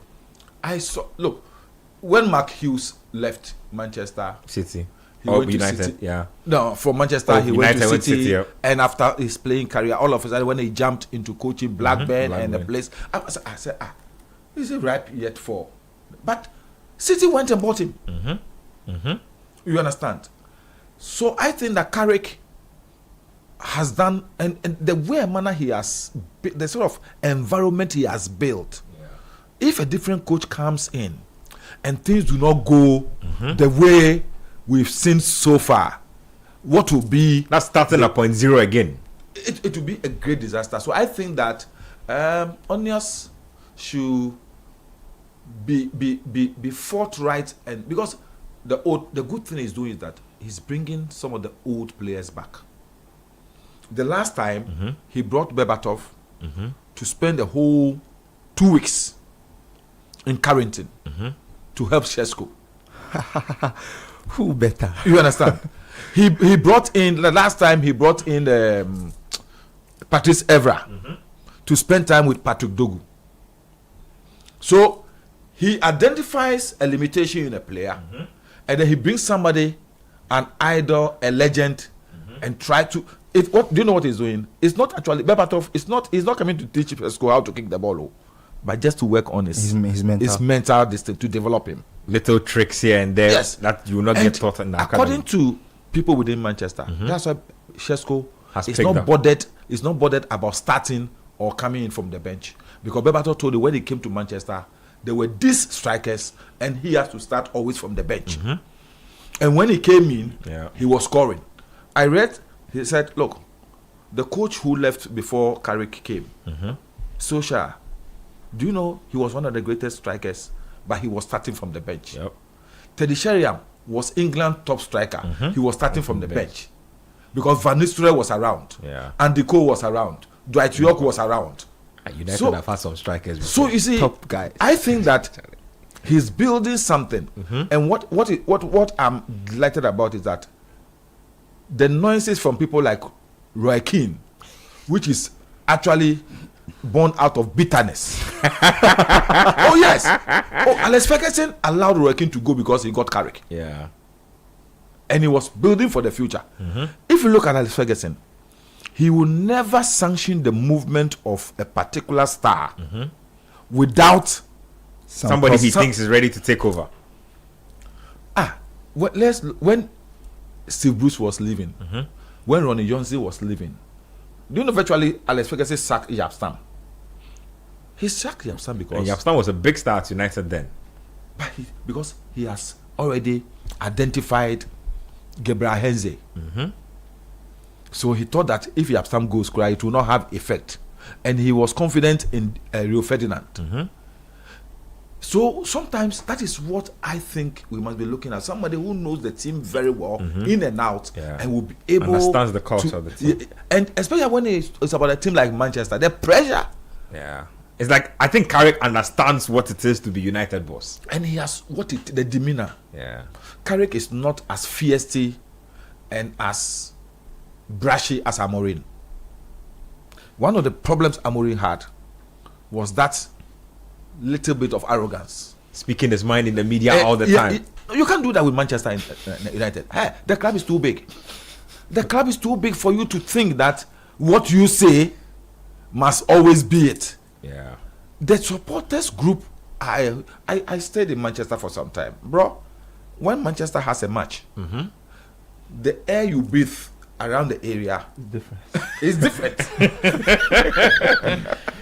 Look, it's a huge thing. Yeah. So I think that is why I totally agree with Kukurea, because you see, you start a project, you identify somebody with that objective that, look, this is what we want to achieve. Maresca came in and he told you that this is a long-term thing he's going to do. But as I said, like businessmen, they were looking at the figures, they were looking at the performance, and how the performance could relate to the figures. And when they are convinced that Charlie, we are running at a loss, then they have to get a scapegoat, forgetting that you set yourself a target. I don't believe Chelsea thought that after that. Look, that when people call themselves world champions, I look at the Club World Cup. Yes, you know, I said they were. Look, I have always said. I told Nimbi, I remember I told Nimbi that Liverpool is going to suffer in the next 2-3 years. Yes, I said it. Look, Klopp left because he's got to a field. He saw the signs that diminishing returns was setting in. The project had peaked and was coming down. Yes, and the people did not. They were looking at what will sell, what will sell shirts, what will bring money, and not what to build a team. Because they were looking. That's why. What was the reason behind buying Isaac? Tell me. When you had already bought Isaac, unless you don't know Isaac, we don't know that Isaac, from his days when he started, even for the national team, he plays 3-4 matches. Injury prone. When he was signed to Newcastle, he was injured. Yes. When he was signed from Sociedad, he was. As we speak, is he not injured? He just returned to training. He returned to team training this week. How many months has he been laid off? Quite a while. So I'm saying that if you are not looking at those who will sell jerseys, those who will bring money, by really looking at winning the league and making a name for yourself, there are certain players you will not buy. Alex Ferguson said that he bought Beckham. He groomed Beckham. He developed him. He got to a time, he gave him that contract, he gave him that contract because Beckham was bringing in more money than what Manchester was paying him. When he thought that they have had their fill, he said, this guy has become bigger than the club. Go. And do you know what? By that time, he has already identified Ronaldo. You understand? So, Enzo Fernandez, for example, I'm telling you, from the way he started speaking, there is no way he will have the harmonious, congenial, let me say, trustworthy relationship with management, with the technical team, and even with his colleague players. You mean it's only one way? Don't forget, he'll go. Adam, the reason why he expanded is because he's the captain. What Kukurea could say and go away with it, captain cannot do. Yeah, I mean, you understand? Captain cannot do. That's possibly the reason why he's being punished. Yeah, but and not Kukurea. Yeah, because but I thought that what Kukurea said was much more worse. Yes, that's how I agree with it. What Kukurea said immediately, I saw that. That's why I found it don't funny know how that he was able to go without any sanctions. But I think that's a key point with Chelsea. Like, if you sign a 7, 8, 9 year contract, the only way you can how they call it, get your way out is to cause commotion, burn bridges or make it seem like just by being there, your presence is making the place make it difficult for the project to succeed. That's very interesting. So Chelsea, we wish you well. Honorable Nilante Van der Poel says United should keep Carrick and stop that. Carrick is not me. If I'm Team Carrick, I don't agree with Honorable. Who are you going to bring? I'm surprised. I mean, the Carrick thing, I'm just worried that it becomes a bit like Virginia. It's easier to win games. Remember, I said that. I'm Team Carrick. Keep Carrick. And for Carrick, if you are going to bring Southgate, Glasner, it's for Carrick. But if Luis Enrique or Nagelsmann is in the market, it has to be one of them and not Carrick. And that's our show for the night. No, you want to do a few shouts? We'll do the shouts before you go. Let me just ask Honorable Nilante Van der Poel to do as the honors. Any final words? Any people you want to say? I thought we were going to handle this issue about the whole United because there's a point I wanted to make. See, let me say this. Yeah.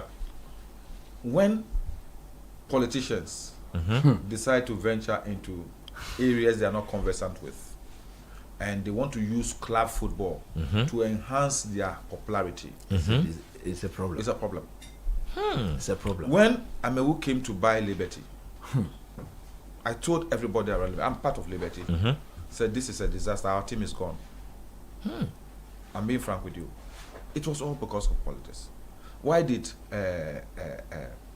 former MP for Sunyani, Bafwewa, buy Insuatre? It's a politics. Politics. Not because of And football. you see, when a politician gets hold of a team, the whole supporters in the group around the team feels that or the politics sika and so everybody will look at you. If your politics sika get finished because you go into elections, you pump money and then you lose, it will affect the club. Look, those Ghana clubs have survived on people's big pockets and few individual contributions. How much would Hoho United make at the gate? It's not even enough to wash their jerseys. I'm being frank with you. The only clubs in Ghana that can, to a level, sustain themselves from gate process, Kotoko and Accra of finish. The rest of the clubs. So where do they get the money to run the clubs? Oh, historically, do you know why all these our traditional clubs are now dying? Olympics, Azakes, Wise, Ibusuya Dwarfs, all these teams, 11 Wise, they are all dying because they have been run on philanthropic basis. Big pocket guys take over the club. They use their money to do and to sustain the clubs. Even across the folk, I'm telling you, that's the way it's been run for a long time until they ventured into the area of public ownership. Even that one, today they are still getting a lot of funding from their patron. Yes, basically, Accra Suffolk is run by Togbe. Yep. Togbe and nobody else. That's why they are having problem because then sometimes he will want his desires to be met because he has an objective. Businessman, he has an objective. So if that objective is not in sync with what the supporters and the rest of the people around the club, they pull out, and then he becomes a one-man show. And that is exactly what is happening. Asante Kotoko has survived because Otiko also himself ingests money quietly and secretly into the club because he's the owner of the club. All the so-called deep pockets who come and handle the club, their deep pockets is not enough to handle Kumasi Asante Kotoko. And they eventually leave. Because it gets to a time they cannot sustain it because it affects their businesses and they have to fall on the tomb for. So he comes and said, so to me, they are and the Kotanasi. Me Jimmy clap. You understand? So Ho United, I saw this coming. That's my hometown. And then you see it today. So all that they would do is to use the petty occurrences within the league as an excuse. They were complaining about officiating, using officiating. Which club is not complaining about officiating? So why is Accra Sofo not pulling out? Accra Sofo have complained about officiating. As Andy Kotoko, they've for the past 1 year. In fact, they've said the GFA doesn't like them. Yeah, you understand? But they've not pulled out. Why is Ho United pulling out? Why this is it or other things? Is it all nations FC? Yeah. Why were they also pulling out? They threatened to pull out. Yeah. They also said because of officiating. That as for officiating, then Manchester United should pull out of the league. You will not You will not get it all the time right. There may be times where decisions will not go your way, but the issue is that their pockets are leaking, and because they've not created the management structure that will bring people on board to support the system. That's what happens. Some time ago, Accra Folk achieve all those successes and things because they had rich men, a myriad of rich men, contributing. We had the time when we NSBD Akun, Paul Kunke, Marcus Hughes, all these millionaires and billionaires contributing. So one person doesn't suffer too much. The risk is spread across. Kotoko the same. At the time, they had people who were contributing, but this time, businessmen are no more. Akoto Banfo, Kwan Banfo, Sickers. Yeah. When Ukwa United started, do you know why Ukwa United became the biggest club in Ghana? Because Sickers had money. His brother Chum had money. All the others, Mr. Boatin and the rest, all had money. The Ukwa businessmen had money, and they took the club as their own. Ukwa United was beating all the clubs in Ghana. Yeah. Kotoko has of 3-4. They will give you 3-4. At that and they were signing all the best players. The competition was proper Wafu, and they won the Wafu Cup. I remember. You understand? We were kids by then. Look, today, Moses Parker is handling Mediama. Talk to him, and he will tell you what he's going through. But even him, he's getting support from Goldfields.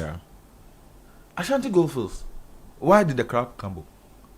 They were tired of pumping in their money. The company decided that we are no more pumping our money. We've given the club to the community. And it just went on its didn't have anybody. So I think what Amewu should do, Ho United should do, is to see whether he could bring together a group of like-minded Voltarians.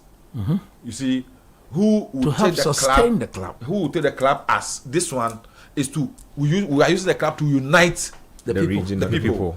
Governance our youth, create opportunity for our youth, and when that is done, then people, because when we're playing course, our team managers, do you know what they were doing? So that's when they go around to people with cap in hand. The course team I played, when the match is on, they have the bowl. Yes, people contribute money into Accra House of Folk.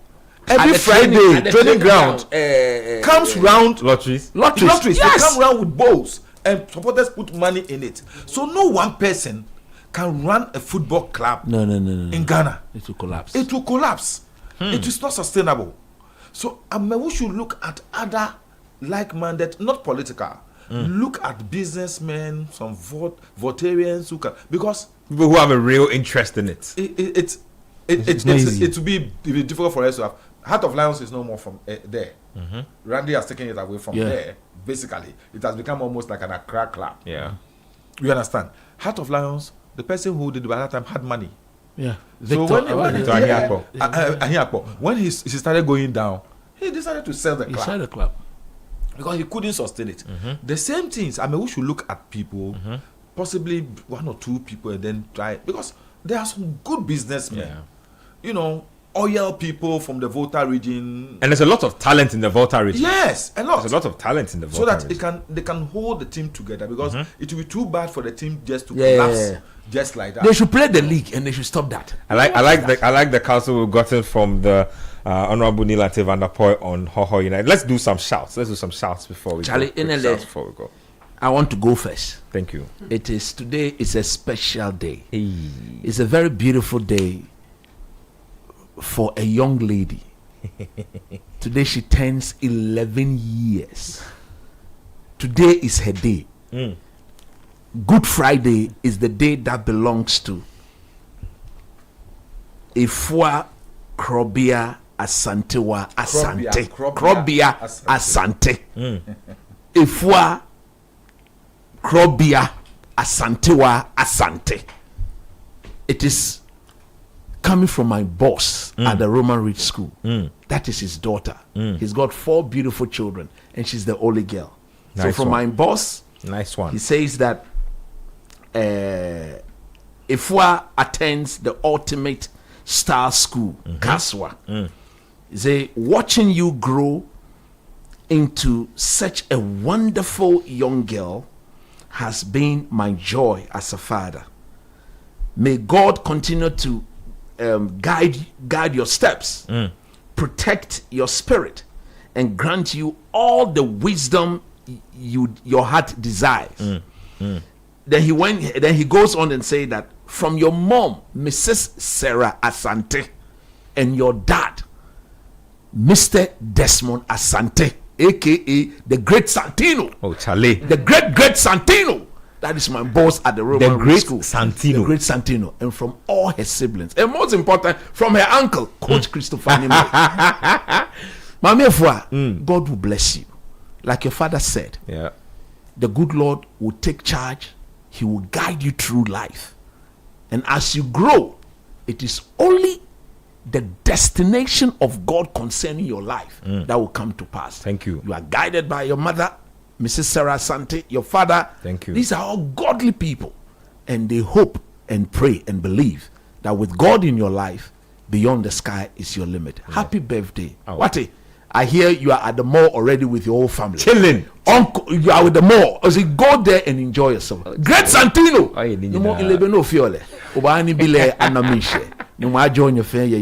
Well done. Amen. Well done, Manuel. You want to do a little something? I don't have any shout today, but shout out Jesus. He died for us today. Amen. Yes. Amen. Yes. Amen. Today is Amen. Friday. Amen. Amen. So let us recognize the sacrifice that Jesus made for us. Nice one. And I'll shout out Priscilla. She's the reason I got that Kurt's interview with a journalist. There's a conversation with her that maybe get the guy who says you can't put your dictionary in my dictionary. Yes, so shout out to Priscilla. Crazy love from this side. It's been static for years. There's nothing dynamic about leadership. You have any people you want to say? I want to say a good Friday to all Christians in this country. Amen. Today is a day of reflection. Amen. The ultimate sacrifice was done for us. Amen. And I want us to use this to forgive one another, love one another, Amen. and also think about this country. Nice I will take the one. opportunity to say happy anniversary. Let me say it's festival. It's anniversary. To the people of Edumasa. Okay. Akwemu Edumasa. Okay. That's right. Akwemu Edumasa. And to my very good friend Nana Kwao Ansa, who is the chief of the place. Nice. Kwao Ansa, the media person. And take the opportunity to invite all of you to the special festival, Kukunte Festival. Yes, their festival is all about Kukunte. So you just face the wall. You just come and eat some, and then You just come and face the wall and go. on Monday. No problem. And No also, problem. to the people of Gomwa and the people of Kwawu for excellent Easter celebration. Nice one. I think A+ is a wonderful person. If I was watching the Gomwa Easter, and I can't believe it. Why you need now? I can't believe what the guy has done. Yeah. Total transformation of the Gomwa. In fact, he has given a new brand to the district, and I think that if other people will look at it from now going, I think It's a good blueprint to look at. I'm just coming from Takoradi, and the road is blocked. The road is blocked. Wow. Apart from the bad nature of the road, because the road is being reconstructed, and I have seen a lot on social media actually. Are you serious? I like that. In fact, he has taken something away from the Kwawu. Which is he has started his own thing there. Yes, and when people are shouting welcome, they also say Gomo. No. Nice one there. Let me say a big shout out and a big thank you to Dr. Okreku Yirenchi. Oh, Charlie. Dog. It's been a while. Doc has been a big fan of Sports Panorama. And he got me a little gift when he was coming from Japan. Yeah. I have a sticker here as a souvenir, but the real gift is down there. It's called an omiyage. Yeah, he brought me a little gift from Japan. So, Doc, we appreciate it. Also, big shout outs to Mr. Chris Diaba and Patricia Diaba. Yeah. Mr. Chris is Standard Chartered. Big fan of Sports Panorama. Showed up to my wedding. He's been extra supportive. I appreciate you very much, Mr. Chris Diaba and Patricia Diaba. That's all. And also to my classmates from Infanspim, my mates from Infanspim, and also Corpus Christi for making. People for winning the Super Zone. You see, we've won those things so much. That's like athletics, super zonals, basketball. Like do it. It's part of our DNA now. Last month when I decided we were doing their celebration, then when they got to our gates, they were singing. At this school where the first, Augustus where the second, they were singing. What are they singing? Where did they win? You're not serious. I mean, big shout outs to all my guys from Butcher who turn up and all my guys from Corpus Christi. Mr. and Mrs. Big shout outs to them on the honeymoon. We are planning special anniversary football match between Accra Suffolk and the Busunya Dwarfs. For the 150th anniversary. That's a big deal. And there will also be a football match between the current school team and the Addis Addo school team. It will be interesting. The whole celebration is also going to have a sports. 150th is a big deal. A big thing. Wow. It's a big thing. In fact, we're looking at the possibility of having the old footballers also coming into play. And so that the whole day will be a package of sports. Football games. When we finish, there's going to be a whole musical concert at the stadium. Wow. A whole musical concert at the stadium. At the Kiko Stadium. Yes. So that would be wonderful. The old students who will come around, watch the football matches, will also stay on and have fun. Jams for the whole time. It's going to be. We are here for you. We're here to support the cause. So thank you so much. As and when it comes to, please let us know. Big shout outs, Coach Christopher Nimli, Manuel Angelo Kwache, Edem Kai, and the Honorable Nilante Vanderpoy and Benjamin Nketia. Show proudly brought to us by Betway, also by Litina Travel and Tours and Extra Cash. The show will be on YouTube for all of you who missed it. Extra long show today for Easter Friday. So we appreciate you guys who stayed with us all the way. Until same time next week, we'll come your way. GFA president of Kache